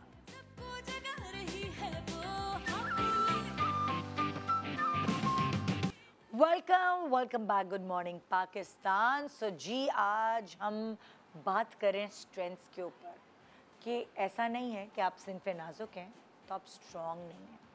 आप इतनी स्ट्रॉन्ग हैं कि इस दुनिया में दूसरी ज़िंदगी लेकर आती हैं। एक ज़िंदगी तो अल्लाह ने आपको दी है और आप फिर इसी ज़िंदगी को आगे बढ़ाती हैं। अभी हम ब्रेक के दौरान वो बातें कर रहे थे जो हम ऑनर नहीं कर सकते कि माँ जब बनती है एक औरत तो इतना दर्द सहती है, कहते हैं पता नहीं कितनी हड्डियाँ टूटने के बराबर जो तकलीफ़ और दर्द है वो सहकर इस दुनिया में ज़िंदगी को लाती है। तो बहुत सारी ऐसे एक्सपीरियंसेस हैं जो शायद हम ऑनर नहीं शेयर कर सकें, लेकिन आप ज़ाहिर है एक औरत है अगर, तो आप वो तसव्वुर कर सकती हैं कि जब आप माँ बनी तो आपने कितनी तकलीफ़, दुख, दर्द, ये सब चीज़ें सही हैं।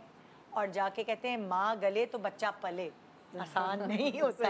ये बात बिल्कुल सही है कि वो सारी ब्यूटी, वो सारी खूबसूरती वो धरी की धरी रह जाती है। जब आपका बच्चा रात को रोता है तो आपने अपनी नींद, ब्यूटी, स्लीप तोड़कर उसको दूध पिलाना है, उसकी डायपर्स चेंज करने हैं। आपकी ज़िंदगी चेंज हो जाती है ना टोटली। आप एक छोटा सा एक पैकेज आपके पास आता है और आपका लाइफस्टाइल ही चेंज हो जाता है ना, और आपका फोकस अपने पे से हट के अचानक उस बच्चे पे चला जाता है। तो जैसे अगर जब अहमद हुआ था, जब मेरा पहला बेटा हुआ था, तो जब अहमद मेरी गोद में आया तो मैं देख रही थी ये क्या चीज़ है भाई, ये क्या चीज़ है।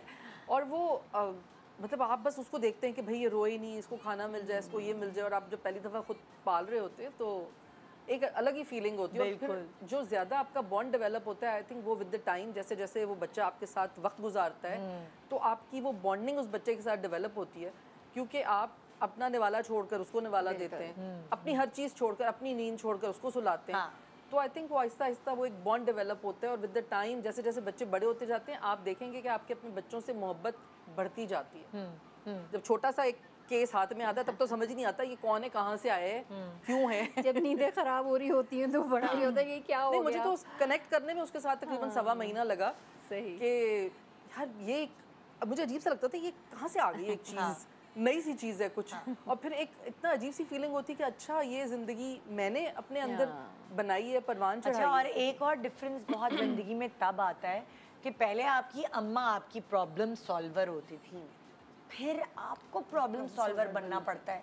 चाहे उसका कोई होमवर्क हो, चाहे उसकी कोई मतलब लाइक मुझे अच्छे से याद है कि हमारा मैथ्स का कोई सम होता था तो हमसे सॉल्व नहीं हो रहा होता था, तो हम एक बड़ी क्लास में अम्मी से पूछते भी नहीं थे कि अब अम्मी को क्या याद होगा, ऐसे जिक्र कर दिया यार ये समझ नहीं आ रहा क्या करें। मेरी अम्मी वो सम लेकर बैठ जाती थी और एग्जाम्पल्स के साथ वो अपनी मैथमेटिक्स को रिवाइव करके हमारी प्रॉब्लम सॉल्व करती थी। ऐसी भी प्रॉब्लम्स जो हमें लगता था कि उनके हाथ में नहीं है, वो झक्की बनकर वो सीख कर वो हमें समझा देते। और मैं उनकी शक्ल देख रही होती थी, आपको याद है अभी तक, कह लेंगे मैंने एग्जाम्पल देखी और ये बैठी नहीं, सॉल्व करती नहीं और हमें नतीजा निकाल के दिखा दिया। और तुम्हारी अम्मी के साथ तो मैंने भी काम किया, तो मुझे पता है वो तो वो क्या कहते हैं उसे, रेंजर्स है भाई वो तो। मतलब हाँ, औरतों में एक औरतें होती है ना, रेंजर औरतें, वो सब काम करने में सख्त जान। अरे भाई मरी चले गए हम उनके साथ एक शो करने, प्रोग्राम करने। अच्छा मैं उस वक्त 7 मंथ्स प्रेग्नेंट थी बड़े बेटे के साथ। उन्होंने कहा नहीं कुछ नहीं हो जाएगा। मैंने कहा फहमीदा मतलब कैसे होगा ये सारा, नहीं हो जाएगा तुम चलो, मैं हूँ ना तुम्हारे साथ। अच्छा ठीक है। वहाँ जाके मुझे कहती हैं अच्छा अब ना ये तुम्हारा शॉट है कि वो कैसर और मैं थे उसमें दोनों हीरो हीरोइन, अब तुमने ना घोड़े पे बैठना और कैसे नहीं घोड़ा। मैंने कहा मैं घोड़े पे बैठूंगी, तो कह रही क्या हो गया, कोई कुछ नहीं होता बैठ जाओ। भाई उन्होंने मुझे घोड़े पे भी उठा दिया, फिर कैसे साहब वो घोड़े की वो लेके चल रहे हैं। लेकिन ये कि मतलब वो उनको उनके लिए कोई चीज़ नामुमकिन नहीं थी, इसलिए क्योंकि खुद जब वो प्रेग्नेंट थी ना तो वो 9 मंजिल चढ़ के ऊपर, तो उनको लगता था सब इतनी स्ट्रॉन्ग नहीं, वो स्ट्रॉन्ग होते हैं पता है। आपको सिर्फ बताने वाला कोई चाहिए होता है। और ये जो बात होती है ना, मैं इस बात बताने का मकसद ये कि जो इस तरह की ख़वातीन होती हैं, प्रेग्नेंट होती हैं जो, सिर्फ नहीं प्रेग्नेंट नहीं, मैं वैसे एक बात करूँ कि जैसे अगर मैं बच्ची हूँ और मेरे साथ एक ऐसी समझदार खातून है, तो वो आपको ये बताती हैं कि भाई this is a normal thing, इसमें ऐसा कुछ भी नहीं है, आप सब कुछ कर सकते हैं। और आपकी ज़िंदगी में ना नामुमकिन का लफ्ज़ नहीं होना चाहिए। तो इनकी जो अम्मी थी फहमीदा आपा, उनके लिए ना नामुमकिन कोई चीज़ नहीं थी। मतलब वो कहती थी नहीं सब हो सकता है। तो मुझे उनसे भी बड़ी हम सीखते हैं, हम जिन जिन लोगों के साथ हमने काम किया होता है हम सीखते हैं। वो बड़ी स्ट्रॉन्ग और वो वाकई वही चीज़ मेरे अंदर भी आ गई है। अब अगर मुझे कोई कुछ कह देता है ना, हिम्मत हार जाते हैं, चाहे वो मेरा मियाँ हो चाहे मेरे बड़े बच्चे हों, वो हिम्मत हार जाते हैं ना, तो वहाँ पर जिंदा होती है निदा। चाहे वो ट्रैवलिंग हो, चाहे वो एडमिशन्स हो या कोई भी ऐसी चीज़ हो। और फिर मैं एकदम अपने आप को झटका लगाती हूँ, मैं कहती हूँ हाय ये तो अम्मी की रूह आ गई है मेरे अंदर। और मैं कह रही हूँ नहीं हो जाएगा और हो जाती है वो चीज़ जो नामुमकिन होती है। नहीं देखो नामुमकिन, अगेन मैं यही कह रही हूँ ना, मुझे लगता है ज़िंदगी में नामुमकिन कुछ भी नहीं है। और अगर कोई मुझे ये कहता है ना कि ये काम नहीं हो सकता, इवन मेरे घर पे आने वाला इलेक्ट्रिशियन भी अगर कहता है ना ये काम नहीं हो सकता, मैं उसको दोबारा बुलाती नहीं हूँ, क्योंकि भाई ये फारिग आदमी है, उसको करना नहीं है। क्योंकि पहली दफ़ा ही उसने आके कह दिया कि ये काम हाँ ये नहीं हो सकता। ज़िंदगी में हर काम हो सकता है। और जैसे तुम कह रही हो ना कि मैं जब कुछ नहीं हो सकता मैं उठ जाती हूँ, तो हमारा भी यही होता है एज माँ। हर माँ जब कहीं कुछ नहीं होता तो वो माँ को भी पता होता है कि शायद ये मुश्किल दिल में उसको लगता है, लेकिन वो कहती है नहीं हो सकता है। हाँ। क्योंकि उसको ये पता होता है कि कोई ना कोई रास्ता मिल जाएगा। और हम ढूंढ निकालते हैं और बाद में सोचते हैं हमने कैसे किया, फिर बाद में अपने आप को खुद ही अप्रिशिएट कर लेते हैं कि हाँ भाई हमने तो ये कर दिया। तो ये हो जाता है। हाँ, ऐसा होता है, बहुत दफा होता है। मैं खुद को बोलती हूँ वेल डन वेल डन। हाँ, हालांकि पता नहीं होता करते हुए कि हो जाएगा, लेकिन somehow हो जाता है। अच्छा, ये क्या है? इन्वेस्टमेंट आपका है ना? जी, मेरा है। जब मेरे हस्बैंड की डेथ हो गई और जैसे मैंने बताया कि मेरे बच्चे भी छोटे थे और मैं उस वक्त इस फील्ड में भी नहीं थी, तो बस जब ही मैं फिर न्यूज़ कास्टिंग की तरफ गई थी। अच्छा।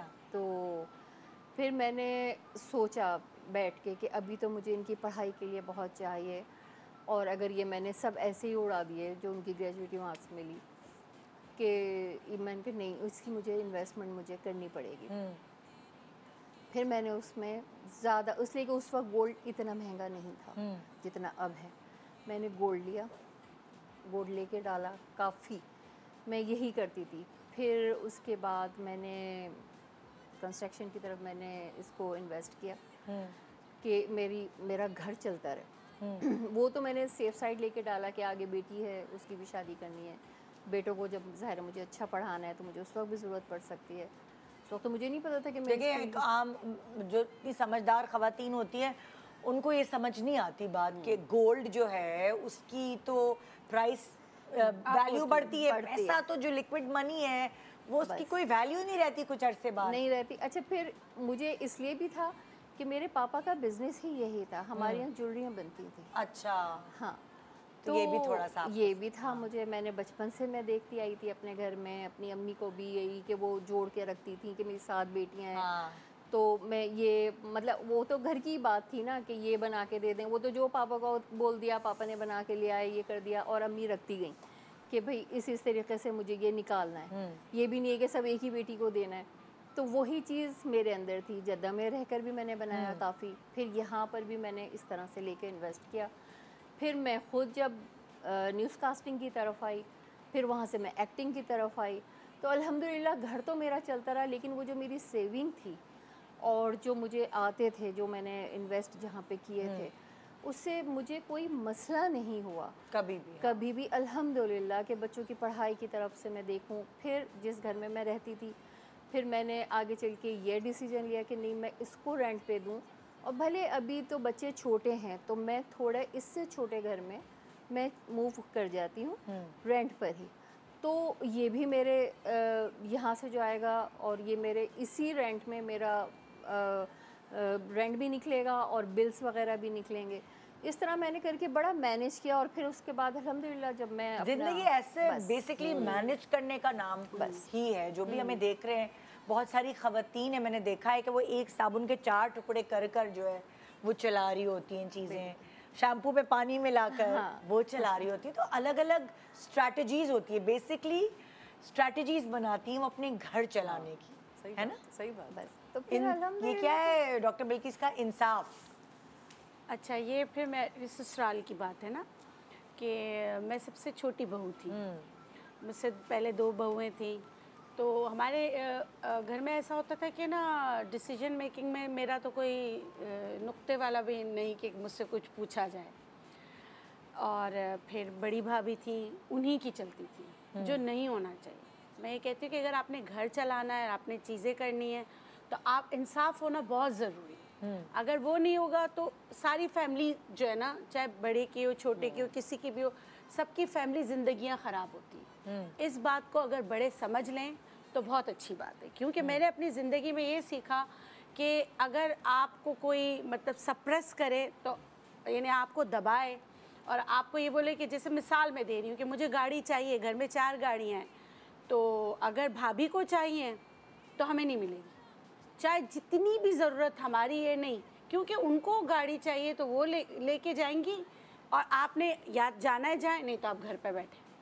तो ये चीज़ें जो है ना, अगर जिस घर में इंसाफ ना हो, जिस घर में आप अपने सारे लोगों को एक साथ नहीं चल सकते, तो वो घर नहीं है, वो एक मकान है जहाँ सब कुछ, या मकान नहीं है या घर नहीं है। तो इंसाफ बहुत ज़रूरी है। लेकिन जहाँ इंसाफ नहीं होता, जहाँ थोड़ा सा जुल्म का कानून होता है, तो वहाँ से फिर आपको पता है ना, जब लावा पकता है तो वो कुछ ना कुछ बिखरता है, तो कुछ ना कुछ बनता है। तो इसके लिए मैं शुक्रिया भी अदा करूँगी कि मैं आज यहाँ बैठी हूँ, तो उसी शायद थोड़ी सी नाइंसाफ़ी की वजह से बैठी हूँ कि मुझे अपनी वैल्यू करनी थी कि भाई ये क्या बात है, तो ये तो ब्लेसिंग इन डिस्गाइज है आपके लिए। बस ये कभी कभार नाइंसाफियां बेसिकली आपकी स्ट्रेंथ को पहचान में क्या कहेंगे, पहचान करा देती है, पहचान करा देती है, लोगों की पहचान हो जाती है। नहीं, मेरे कहने का मकसद है आप अपने आप को एक्सप्लोर करते हैं, बिल्कुल, कि आपको कभी कभार पेरेंट्स भी सख्ती में रखते हैं ताकि उन सख्तियों की वजह से आप खिल सकें। अगर आपको हर चीज लग्जरीज और हर चीज आराम से आपको कुछ भी नहीं कर सकते, बेड ऑफ रोजेज जिंदगी मिल जाएगी तो फिर बहुत मुश्किल हो जाती है। तो इनको जो नाइंसाफी इन्होंने बेयर की, उसकी वजह से इन्होंने कहा मैं खुद करूंगी।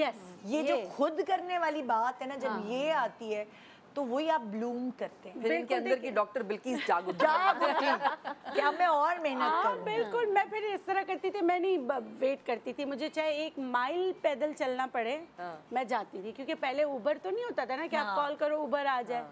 तो आप डिफेंस से फिर आपको जाना, टैक्सी लेना ये सब करना, तो मैं बॉदर नहीं करती थी। अगर मैं बॉदर करती और मैं सिर्फ इस पे ही पड़ी रहती ना, ये क्यों, ये क्या, ये कैसे, तो आज शायद मैं आपके प्रोग्राम में नहीं हूँ। मैंने असल में ज़िंदगी में मैंने भी ये बात सीखी है कि अगर आप कहीं फंसते हैं या कहीं किसी भी प्रॉब्लम में समहाउ, आपको ना बैठना नहीं चाहिए दुबक के, क्योंकि अगर आप लोगों से पूछेंगे तो लोग आपके उस चीज़ को और मुश्किल बनाते, तो आपको निकल जाना चाहिए। जैसे बहुत आसान काम है, सबसे आसान काम है दुबक के बैठ जाना। लेकिन मैं आपको अपनी एक स्ट्रेंथ बताती हूँ as mother.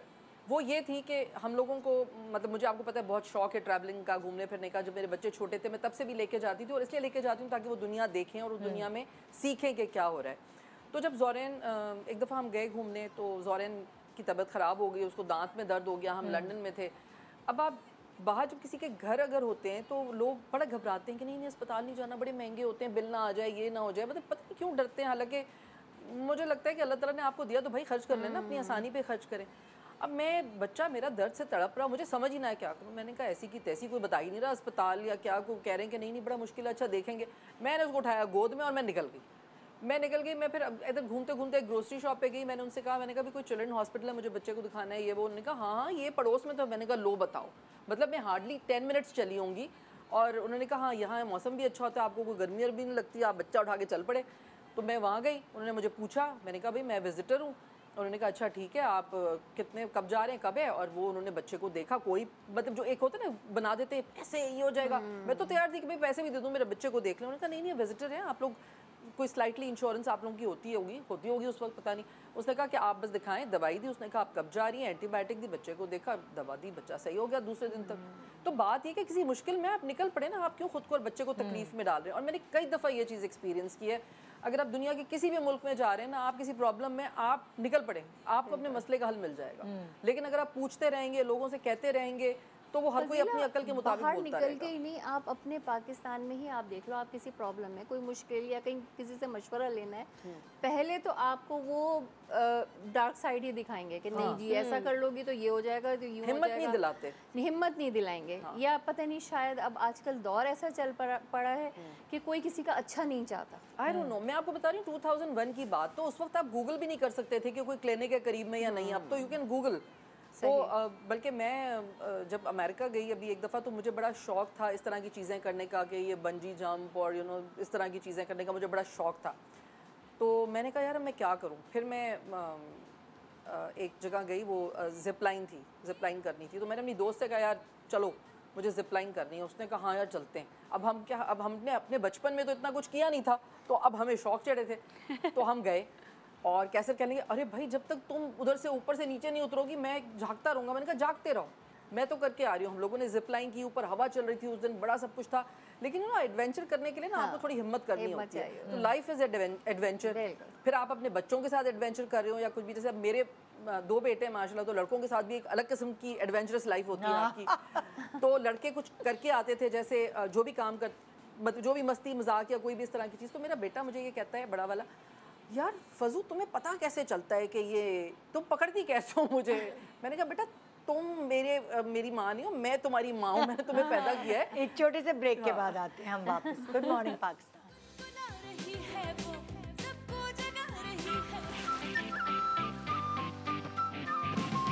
Welcome back. Good morning Pakistan. तो जी आज हम बात कर रहे हैं स्ट्रेंथ्स के ऊपर, स्ट्रॉन्ग ख़वातीन के ऊपर। और आप भी स्ट्रॉन्ग, अगर आपको लगता है कि आप वीक हैं, कमज़ोर हैं, तो ऐसा नहीं है।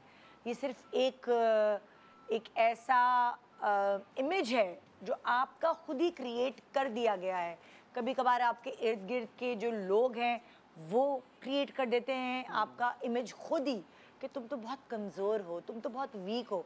और कभी कभार शायद आप खुद इस झूठ के सहारे ज़िंदगी गुजार रही होती हैं कि मैं तो बहुत वीक हूँ, मैं कुछ नहीं कर सकती। इसका मतलब कोई स्ट्रेंथ तो छुपी होती है ना अंदर, कि जब वक्त पड़ता है तो वो खड़ी हो जाती है औरत। नहीं, पता है क्या होता है, मुझे लगता है कि कभी कभी एक तो अगर आपके अतराफ़ के लोगों ने भी कहा तो आपने उस पर यकीन कर लिया होता है, खुद कभी कोशिश ही नहीं की होती, खुद को आजमाया ही नहीं होता। और कभी कभी कुछ औरतें जो है ना वो तन आसानी की आदी होती हैं, उनको ज़रा आसान ज़िंदगी, वो कहती हैं यार छोड़ो, कौन करे, मियाँ है ना सब कुछ कर रहे हैं या फला।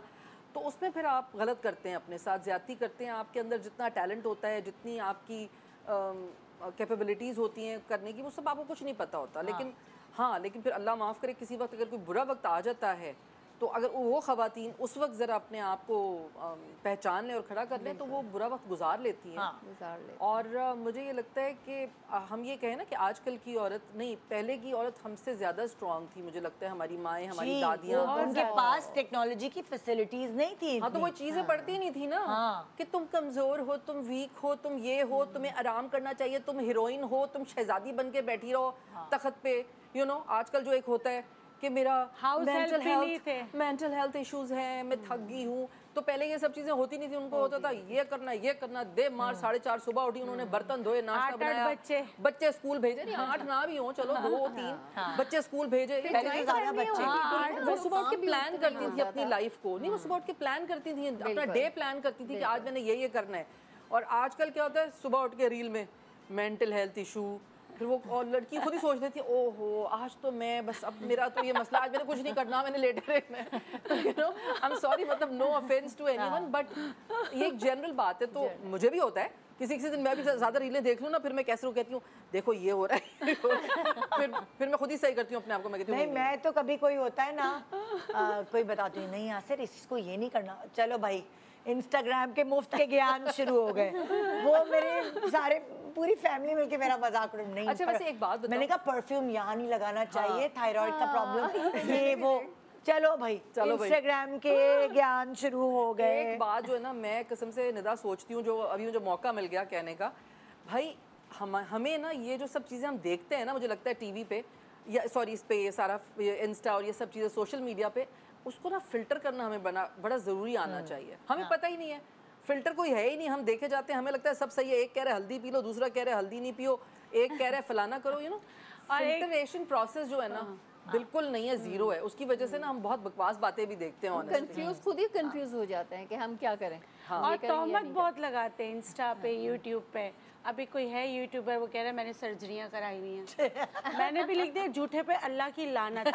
मेरी सर्जरी, मैंने अपने उससे जाके कहा झूठे पे अल्लाह की लानत मिल रही होंगी ना आप, और मेरा नाम बाकायदा इस्तेमाल किया। मैंने कहा आप मेरी सर्जरी प्रूफ करें। अच्छा सुने, आप तो आपको ये बोलते, मैं तो अभी जैसे छुट्टी से होके आई हूँ ना, मैं सर्जरी करा के आई हूँ, रोज की पिक्चर डाल रही हूँ। अच्छा तुम्हारे और सर्जरी में डाउन टाइम नहीं, मैंने कहा कि इतना फालतू वक्त है, मतलब जिंदगी में कोई और चीज नहीं है, बस सर्जरी कराया जाओ। मैंने ये कहा झूठे पे अल्लाह की लानत, उनको लिखा है मैंने। भाई ये तो ये तो बड़ा गलत है ये। और खैर आप क्यों परेशान होती हैं अब ट्रोलर्स से? लेकिन वही बात नहीं, देखिए सोशल मीडिया जो है ना, वही मैं कह रही हूँ ना, अगेन कोई फिल्ट्रेशन प्रोसेस नहीं है, बच्चे भी सब देखे चले जा रहे हैं। तो हमें एक और हमारा काम होना चाहिए एक माँ का, कि हम अपने बच्चों को ये बात बताएं कि बेटा हर चीज़ जो आप देख रहे हो वो आपके लिए नहीं है, और वो हर चीज़ ठीक भी नहीं है। तो हमें अपने बच्चों की तरबियत करनी, क्योंकि मीडिया को तो आप बंद नहीं कर सकते ना, ये चीज़ें तो चलती रहेंगी। भाई आप सब सारी बात छोड़ दें, हम हज पे गए तो हज पे जाने के बाद भी हमारी ट्रोलिंग हुई कि हज पे गए तो रील्स, हमारी यादें हैं, हमारी जिंदगी है। बिल्कुल बिल्कुल, हम क्यों नहीं, हम इतने बड़े हम वेकेशन पे जाते हैं, हम जो है वो अपनी मेमोरीज कलेक्ट कर रहे हैं, तो हम अल्लाह के घर गए हैं तो हम नहीं करेंगे वो मेमोरीज कलेक्ट क्या? और मेरी पिक्चर लगाई एक विदाउट मेकअप, एक मेकअप। अच्छा भाई हद अब बहुत स्ट्रांग है। हाँ नहीं तो क्या, मैंने इसीलिए मैंने ट्रोलिंग, मैंने नीचे जाके लिखा, आपने मेरी मैंने तो बोला झूठे पे अल्लाह की लानत, मैं डॉक्टर बिल्किस हूँ, आप मेरी सर्जरी प्रूफ करें। आपकी खूबसूरती से जल गए होंगे अच्छा, ना वो। आप तो खूबसूरती से जल गए। जिनको आप जानते नहीं है ना, उनके ट्रोल से दुख नहीं होना चाहिए दिल को। मेरी तो एक बहुत अच्छी खातून थी, वो पहले जो है फ़ैन थी, उसके बाद वो अच्छी दोस्त बन गई। उन्होंने ट्रोल करना शुरू कर दिया मुझे। मैंने कहा अरे यार, दूसरे तो कर रहे हैं तो करें। पहले वो मुझे स्कूल करती रही तो मैं सब पॉजिटिव लेती रही। फिर मुझे लगा इनको कोई मेंटल हेल्थ इशू है कि हर मामले में वो मेरे कपड़ों पे, वो मेरी रील्स पे मेरे नेगेटिव कमेंट करने लगे बहुत ज़्यादा। आई थिंक लोगों में ना, तो फिर मैंने उनको शटअप कॉल दी। मैंने कहा बस मैं आपको रोकना चाहूँगी, क्योंकि अब आप ज़्यादा, आप या तो मेरी फुप्पो नहीं है या मेरी अम्मी नहीं है। तो मैंने जब उनको शटअप कॉल दी, फिर मैंने उनको ब्लॉक किया। निदा, मैं आपको एक बात बताऊं, अब वो आप जैसी बनना चाहती होंगी, बन नहीं पा रही होंगी, इसीलिए आपको ट्रोल। देखिए, कभी कभार जो ना लोग दूसरों की जो डाउन टू अर्थ होते हैं लोग, उसका फायदा उठाते हैं। तो वहाँ भी आपको अपनी स्ट्रेंथ दिखानी चाहिए। जिंदगी में बहुत सारे लोग ऐसे मिलेंगे आपको जो बहुत अच्छे होंगे, जो आपको हमेशा अपग्रेड करेंगे, आपको आपका मोराल अप करेंगे। और आपको ये बात समझनी चाहिए। और बहुत सारे लोग, फिल्ट्रेशन होनी चाहिए, आपको पता होना चाहिए, आप फिल्टर कर सकते हो सही और गलत लोगों और में। बहुत सारे लोग ऐसे होंगे कि आप जो है ना, जब अपने आप को कुछ बेहतर फील करेंगे, वो आके आपकी टांग खींचेंगे ऐसे। और आप कहेंगे अल्लाह, मतलब वही सांप सीढ़ी वाला गेम, आप फिर वहीं आ जाएंगे कि मैं कुछ भी नहीं हूँ। ये वो लोग हैं, और ये आपके इतने करीबी लोग होते हैं कि आपको खुद पता नहीं होता। कभी कभार तो बहुत बहनें भी ऐसी होती हैं कि वो कह देती हैं नहीं यार, तुम नहीं कुछ कर सकती। हाँ, बिल्कुल। आप ब्लेस्ड हैं, अगर अल्हम्दुलिल्लाह मेरी जैसी बहनें हैं तो आप ब्लेस्ड हैं कि वो हमेशा, मेरी बहनें ऐसी हैं कि हम तो अपग्रेड करते हैं एक दूसरे को। और कोई तरक्की होती है तो सबसे पहले मैं तो शायद अपने बच्चों और मियाँ से भी नहीं, मैं अपनी बहनों से। देखो, ये भी बड़ी बात है ना कि आपके पास ऐसे मोहब्बत वाले रिश्ते हों, लेकिन अनफॉर्चुनेटली मेरी, जैसे आप 7 बहनों की जब बात करी थी, तो मेरी अपनी अम्मी की 7 बहनें थीं, लेकिन वो यही हुआ कि कुछ उनमें से इतनी जेलस थीं कि उन्होंने ना कभी, मेरी माँ ने हमें अकेले पाला, अकेले हमारे साथ सब कुछ किया, फिर बाबा ने खैर फिर बाद में बहुत साथ दिया जब उन्होंने रियलाइज़ किया, लेकिन हमारी खालाओं में इतनी जेलसी थी कि वो हर चीज़ देख के जलती थी। मतलब हमारा अच्छा कपड़ा भी, हमारा अच्छा होना भी।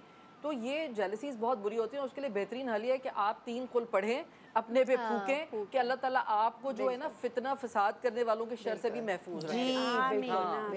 ये भी एक स्ट्रेंथ है। आप कह रही है ना कि अच्छा हमने नहीं, जिंदगी में अगर आपने बुरे लोगों से भी अपने बच्चों को और अपने आप को और अपने घर को बचा लिया, तो ये भी आपकी एक स्ट्रेंथ है, ये भी आपकी एक समझ है, आपकी दूर अंदेशी है। अक्सर आपके माँ बाप आपको कह रहे होते हैं उस दोस्त से दूर रहो, ना कि वो आपके लिए अच्छा नहीं। हम कहते हैं यार अम्मी अब्बू को क्या पता, इनकी तो ऐसी।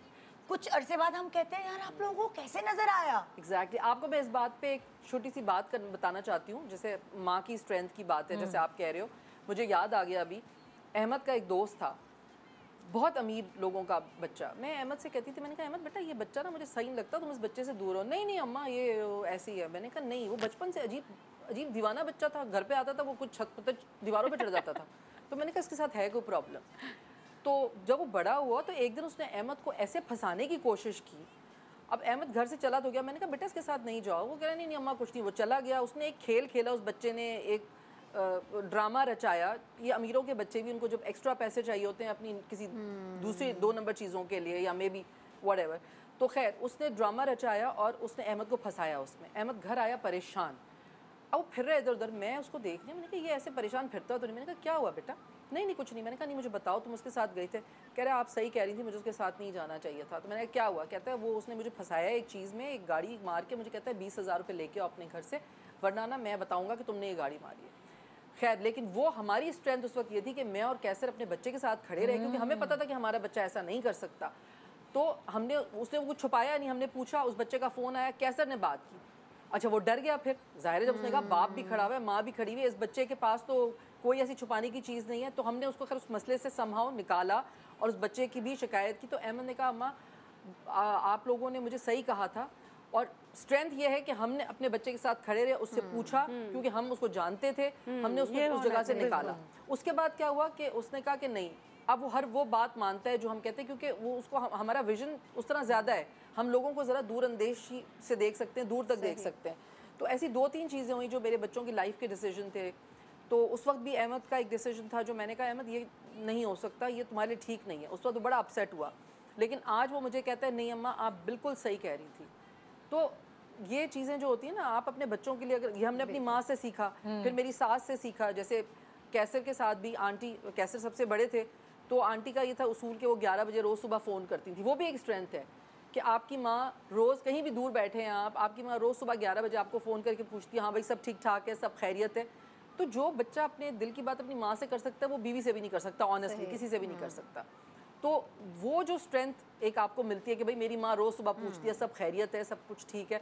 अब जब आंटी का इंतकाल हुआ तो कैसे बड़ा मिस करते थे काफ़ी अर्से तक कि भाई सुबह 11 बजे मेरी माँ का फ़ोन आता था, वो नहीं आता। चाहे आपके अपनी माँ से कोई भी इख्तलाफात हों, जैसे अगर हमें भी अपनी माँ की बहुत सारी चीज़ें नहीं अच्छी लगती एग्जैक्टली, लेकिन आज हम ये रियलाइज़ करते हैं कि वो जो ताकत थी जो हमारे पीछे हर वक्त खड़ी होती है, उसका क्या मतलब क्या हमारी ज़िंदगी में उसका हिस्सा है। मतलब अगर मैं टेलीविज़न पे हूँ, मेरी अम्मी पहली दफ़ा मुझे टीवी पे लेके गई अपने साथ, 2 साल तक मेरी हर शूटिंग पे वो मेरे साथ बैठी रहती थी वहाँ पे स्टूडियो में। मतलब पूरा दिन ना खाना ना पीना कुछ नहीं है, एक औरत बैठी हुई है बस कुर्सी पे कि मेरी बच्ची जो है उसको कोई प्रॉब्लम ना हो। तो ये सारी वो चीज़ें थी कि अगर वो ना होती तो हम शायद कुछ भी ना होते। बिल्कुल बिल्कुल। तो ये अम्माओं की स्ट्रेंथ है, उनकी ये पावर है, जिसको हम सुपर पावर भी कहते हैं, जिसको हम सुपर पावर कह सकते हैं। Super power. अच्छा, ये क्या है मलेशिया? जी, एजुकेशन की बात आई तो मेरी बेटी ने कहा कि उसके पास 2 चॉइसेस थे कि या तो वो डॉक्टर बने या उसको साइकोलॉजिस्ट पसंद था। तो मैंने कहा बेटा साइकोलॉजी कर लो, ठीक है। तो फिर ये था कि साइकोलॉजी के लिए उसने यूनिवर्सिटीज़ ढूंढी, तो उसमें मोनाश यूनिवर्सिटी बहुत अच्छा था। अब ऑस्ट्रेलिया में बहुत एक्सपेंसिव था, मलेशिया में सही था। तो फिर मैंने कहा कि नहीं तुम्हें जाना चाहिए, तुम्हें जाना चाहिए। तो क्योंकि हमारे ख़ानदान में कोई भी लड़की बाहर नहीं गई, मेरी बेटी पहली थी। आपने एक स्टेप ऊपर लिया। हाँ, आप कराची आई, आपने उसको मलेशिया। हाँ, मैंने कहा जाओ पढ़ने के लिए जाओ, और उसका पूरा साथ दिया। तो फिर कुछ यादें ऐसी भी थी ना, जैसे मेरी अम्मा के साथ क्या हुआ है कि कितना लोगों ने उनके साथ बुरा किया है। फिर मैं कराची में, लेकिन मैंने कहा नहीं तुम्हें पढ़ना है, तुम जाओ पढ़ के आओ, तुम्हें साइकोलॉजी करनी है। क्योंकि देखिए जो बच्चा जिसमें जो उसको समझ आए आप वो कराएं। और देखिए ना, एक बच्ची को अपने आप से दूर भेजना भी एक स्ट्रेंथ है। स्ट्रेंथ है, माँ कभी कभार अपनी औलाद के लिए बुज़दिल हो जाती, नहीं कैसे भेजें अपने कलेजे को, टुकड़ों को दूर कैसे करें, लेकिन जब फ्लाई करने के लिए आपने भेजा और आप यकीन करें ये स्ट्रेंथ तो थी, लेकिन जब उसको छोड़ के आ रही थी तो रो रही थी। ये तो वो तो खैर ये तो है ना, वो तो है, आंसू तो अल्लाह मियां ने हमारे यहाँ रखे हुए हैं। लेकिन मैंने कहा कि नहीं तुम्हें वहीं से पढ़ना है तो पढ़ो, कोई मसला नहीं है कि कोई कुछ भी कहता है तो मैं खड़ी हूँ। क्योंकि आपको पता है कि लड़कियों को बाहर भेजना है, कंजर्वेटिव फैमिली से किसी को बाहर भेजना तो बहुत सारी बातें होती हैं जो हम ऑन स्क्रीन भी नहीं कर सकते, लेकिन हम समझ सकते हैं कि क्या क्या बातें होती हैं। लेकिन मैंने कहा बॉदर नहीं करो, परवाह नहीं करो, और बिल्कुल आपकी तरह उड़ान भरो, जो तुम्हें चाहिए ज़िंदगी में हासिल करो। हाँ बिल्कुल। तो जैसे जब मेरे बच्चों की एजुकेशन का आया तो मुझे उस वक्त सब काफ़ी मेरे अपनों में ही कि गवर्नमेंट कॉलेज में डाल दो, लड़की तो है, क्या ज़रूरत है तुम्हें इतने महंगे कॉलेजों में पढ़ा रही हो, ये कर रही हो। लेकिन मैंने नहीं सुनी उस वक्त किसी की। मैंने कहा मुझे, और यकीन करो लिटरली मैं सही बताऊं तो मैंने एक आध दफ़ा गोल्ड भी अपना सेल आउट किया कि मुझे इनकी, इसलिए कि इतनी बड़ी बड़ी फ़ीसें थी जब तक मैं अपने पैरों पे नहीं खड़ी हुई थी, और मुझे उसको टच नहीं करना था जो मैंने सेव किया था, वो मैंने आगे का सोच के, तो मैंने ऐसा भी किया और मैंने उनको पढ़ाया। और अब आज जब मैं उनको माशाल्लाह अपने पैरों पे खड़ा देखती हूँ तो मैं वो सब चीज़ें भूल जाती हूँ कि वो तकलीफें वो सारी चीज़ें उठाई। देखिए अपने जो बच्चों के लिए ना माँ बाप से ज़्यादा बेहतर डिसीजन कोई नहीं ले सकता, कोई नहीं ले सकता। तो ये तो है। और अब फिर आप अपने बच्चों के साथ खड़े भी रहते हैं ना डिसीजंस में। हाँ, हाँ। तो बहुत ऐसा हुआ फजीला कि नहीं ये बहुत पैसे खर्च कर रही है। मुश्किल डिसीजन जो है ना ज़िंदगी में बहुत सारे होते हैं, और उनमें से एक बहुत बड़ा डिसीजन होता है बच्चों जब स्पाउस या तो खुद चूज़ करते हैं या आपने उनके स्पाउस चूज़ करने होते हैं। और अब इस एज में जाके मुझे ऐसा लगता है कि जो स्पाउस आपका है, आपकी औलाद का, वो आपकी औलाद की ज़िंदगी बनाता भी है और बिगाड़ता भी है। आपकी आधी से ज़्यादा ज़िंदगी उसके पार्टनर पर डिपेंड करती है कि वो कैसी है। तो ये कोई छोटा डिसीजन नहीं होता। बहुत दफ़ा माँ बाप जो हैं वो समाज की दीवार बन के खड़े हो जाते हैं, और कभी कभार वो सही भी खड़े होते हैं कि अगर आपको लगता है कि आपके बच्चे ने स्पाउस सही चूज़ नहीं किया, जो उनको नज़र उस वक्त नहीं आ रहा, लेकिन आप क्योंकि दूर अंदेशे आपको नज़र आ रहा होता है। तो अब यहाँ इस एज में आके मुझे इतनी मैच्योरिटी आई है कि मैं नमाज में हमेशा ये दुआ करती हूँ कि अल्लाह मियां मेरे बच्चों को जो उनके पार्टनर्स मिले ना वो अच्छे मिले, ताकि उनकी ज़िंदगी बेहतर, आधी से ज़्यादा ज़िंदगी तो वो अपने पार्टनर्स के साथ गुजारते हैं। हम भी अपनी अम्मी अब्बू के साथ इतनी ज़िंदगी थोड़ी गुजारी जितनी हमने अपने हस्बैंड्स के साथ गुजारी है। तो वो अब मैं हिसाब लगाती हूँ तो मैंने यासिर के साथ ज़्यादा ज़िंदगी गुजारी अम्मी अब्बू के मुकाबले में। ऐसे ही है, जब आप जल्दी शादी कर लेते हैं 20-21 साल की उम्र में, तो ज़ाहिर है फिर आप पार्टनर के साथ ही ज़्यादा वक्त गुजार रहे होते हैं। बिल्कुल, बल्कि वही आपके अम्मा अब्बा बन जाते हैं, अम्मा अब्बा या फिर आप उनके अम्मा अब्बा बन जाते हैं। छोटे से ब्रेक के बाद देखते रहिए गुड मॉर्निंग पाकिस्तान।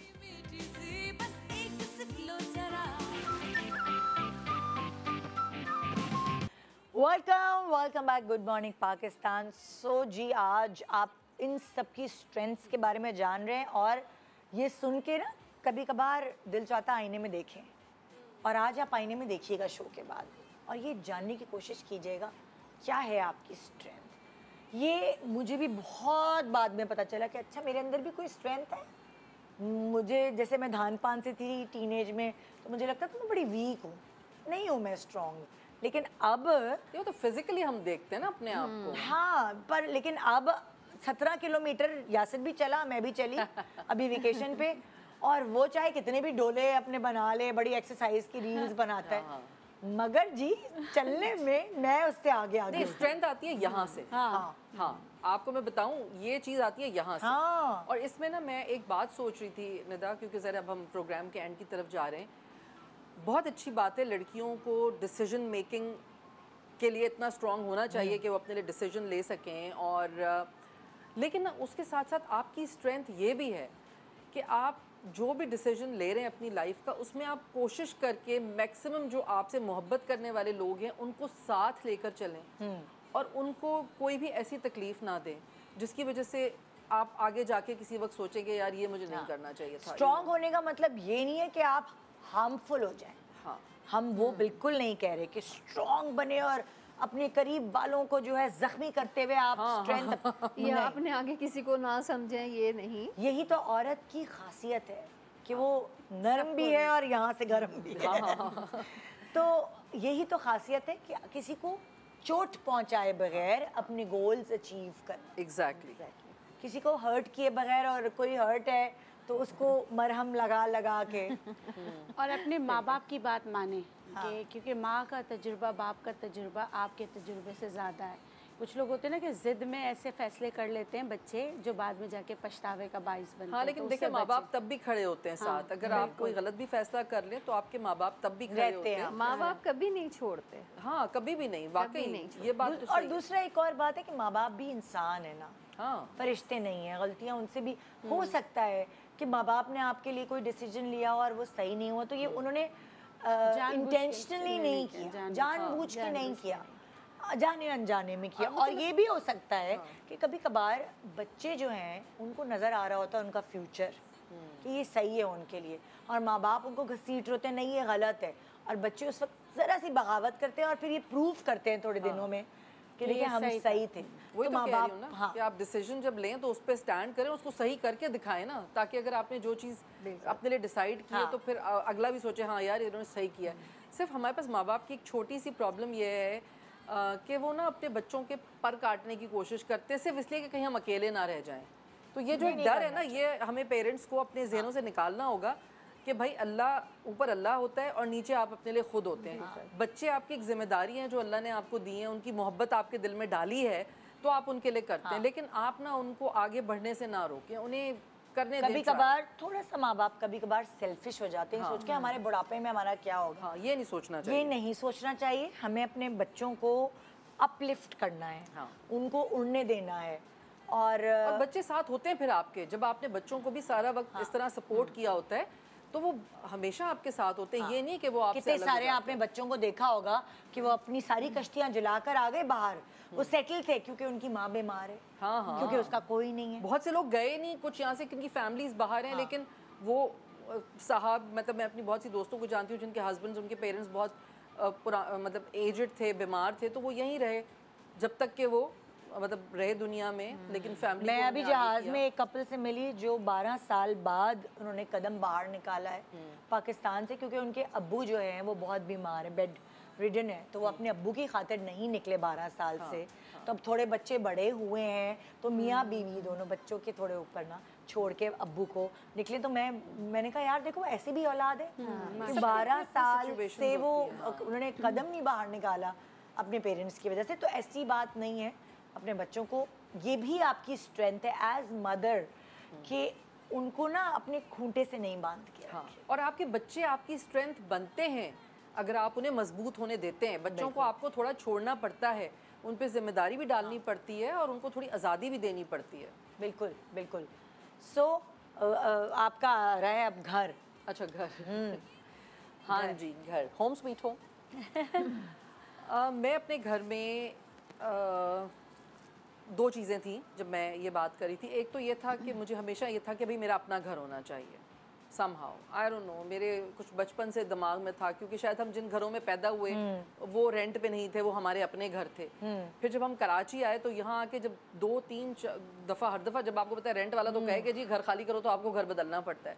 तो जब बार बार घर बदलते थे तो जो उससे मुझे स्ट्रेस होता था और बेजारी होती थी और मैं अपसेट होती थी एज चाइल्ड। घर से प्यार हो जाता है ना, और प्यार नहीं, आपका कंफर्ट जोन होता है आपका घर। आपकी हर चीज़ अपनी जगह पे होती है, फिर आपने घर बदलना है, फिर सामान उठाए, चीज़ें टूट रही हैं, ये हो रहा है, यू नो। तो वो जो चीज़ देखते देखते मैंने कैसर को कहा कि भाई हमने अपना घर बनाना है अपने बच्चों के लिए, क्योंकि मुझे लगता है जब आप एक अपने घर में होते हैं तो उस बच्चे का मेंटल स्टेटस एक अलग ही किस्म का होता है। अच्छा फजीला, मैं आपको एक बात बताऊंगी यहाँ पे, आप और मैं, हम सब लोग, हमारी जनरेशन ऐसी है, हमारी गुट्ठी में डाला हुआ है अपना घर। नहीं, हमारी गुट्ठी में नहीं था, क्योंकि हम पैदा अपने घर में हुए। जब हम जहाँ जिस बंगले में हम पैदा हुए वो हमारा अपना घर था, तो हमें कभी एहसास नहीं हुआ कि घर कोई बहुत मुश्किल चीज़ है। हमें लगा कि हाँ घर घर घर होता है। लेकिन जब आपने रेंट वाले घरों में आके रहना शुरू किया और फिर जब आपको प्रॉब्लम्स देखने पड़े, अच्छा मेरी अम्मी ने उस वक्त भी नहीं सोचा कि अपना घर लेना है, उनको लगता था कि शायद ऐसे ही होता होगा, लेकिन मुझे वो चीज़ बहुत हर्ट करती थी।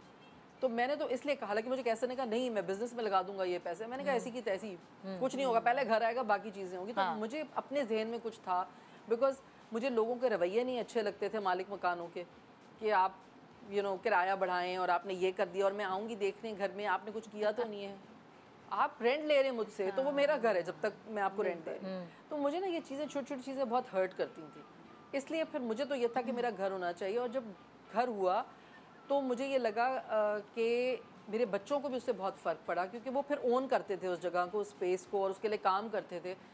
तो मुझे लगता है कि आई डोंट नो, समहाउ मुझे लगता है कि अपना घर चाहे छोटा भी हो, मेरा घर कोई बहुत बड़ा नहीं है, लेकिन जितना भी है मेरे लिए काफ़ी है।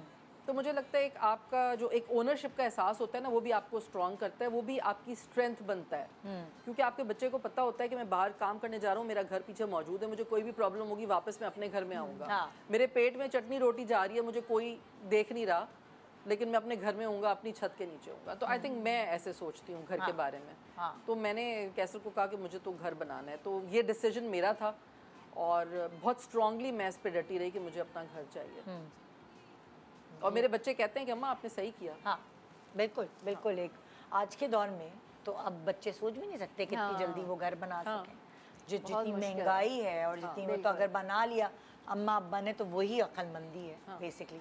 कमेटी, हाँ, मैं जितनी भी मैंने अपने काम किए ना, तो बीसियाँ कहते हैं कमेटी। हाँ, उससे मैंने मतलब कि जो जोड़ा है ना ज़िंदगी में, तो इसी से जोड़ा है। और मुझे बीसियाँ डालना बड़ा अच्छा लगता है कि मेरे अगर कोई भी गोल है तो मैं कहती हूँ अच्छा ये निकलेगा तो मैं ये कर लूँगी, ये इतने पैसे बनेंगे तो इसको मैं इस तरह खर्च कर लूँगी। तो मैं चाहती हूँ कि जो कमेटी ज़रूरी नहीं है, पहले बचपन में हम घर में 1-1 रुपए से डालते थे तो मेरी कज़न सारी खा जाती थी। हम लोग सोचते थे कि ये रोज़ आइसक्रीम कैसे खाती है, पता चला हमारे पैसे से खा रही है। देखो अच्छा पता है क्या, आपको अच्छा लगता होगा, लेकिन ऑनेस्टली मैं बताऊँ आपको, मुझे सबसे बुरा काम मुझे भी मुझे लगता है वजन हो जाता है मेरे सर पे एक। नहीं, मुझे अच्छा लगता है क्योंकि बचपन से ना हमने, मेरी अम्मी पता क्या कहती थी, वैसे तो कोई ऑफेंड नहीं हो क्योंकि आधे से ज्यादा खवातीन कमेटी डालती हैं। मेरी अम्मी कहती थी क्या निदा तुम्हारे अंदर इतनी विल पावर नहीं है कि तुम खुद वो पैसे जमा कर सको बजाय किसी और के ऊपर। मेरे अंदर नहीं है, मेरे मुझसे तो अगर कोई इस तरह का कोई भी अपना कोई दुख करे कुछ करे तो मेरे पर्स में जितने होते थे उठा के दे देती थी। तो मुझे ऐसा लगता अच्छा था तुम कि कमेटी डाल दो। कमेटी डाल। मेरी अम्मी ने जब मुझे ये कहा ना, ये क्या है तुम्हारे अंदर खुद की विल पावर नहीं है कि तुम्हें कमेटी डालना ही पड़ेगा तो ही जमा होंगे। मैं अब कमेटी सिर्फ इसलिए डालती हूँ कि अगर कोई और है जिसको ज़रूरत है पैसों की जल्दी, तो मेरी इस कमेटी की वजह से, क्योंकि मैं एक नहीं फिर मुझे 2 या 3 डालनी होती है। मैं भी जब जिसको मेरे करीब के जितने भी लोगों को ज़रूरत होती है कमेटी की, तो मैं कहती हूँ भाई तुम मुझे याद दिला दिया करो, मुझे याद नहीं रहती कमेटी। अच्छा, मैं इसलिए इस नियत से अब मैं डालती हूँ अभी भी, ऐसा नहीं लेकिन मैं नियत ये होती है अच्छा किसी और की मदद। अच्छा मैं बिल्कुल भी नहीं डालती। अच्छा मैं जब जद्दा से आई हूँ तो उस वक्त ये होता था कि फैमिली में जैसे ये लोग यहाँ पे डालती थी, मेरी बहनें या कोई भी रिश्तेदार, प्रोग्राम का टाइम खत्म हो गया, मैं वो मेंबर्स जो हैं वो कम हो रहे हैं तो ब्रिजेस तुम डाल लो। हाँ यही तो भाई चलो अच्छा चलो डाल देती हूँ।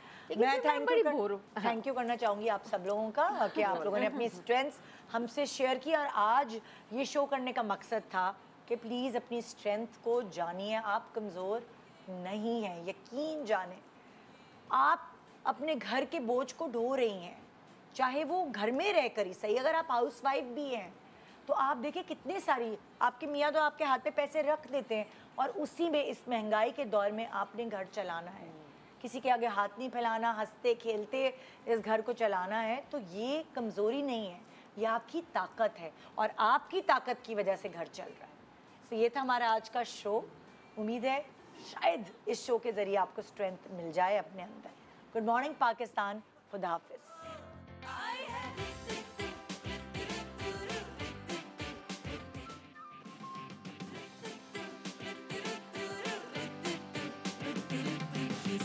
जो आई है तेरी पलकें चूम के, हवा के साथ झूम के, हाँ गोल गोल घूम के,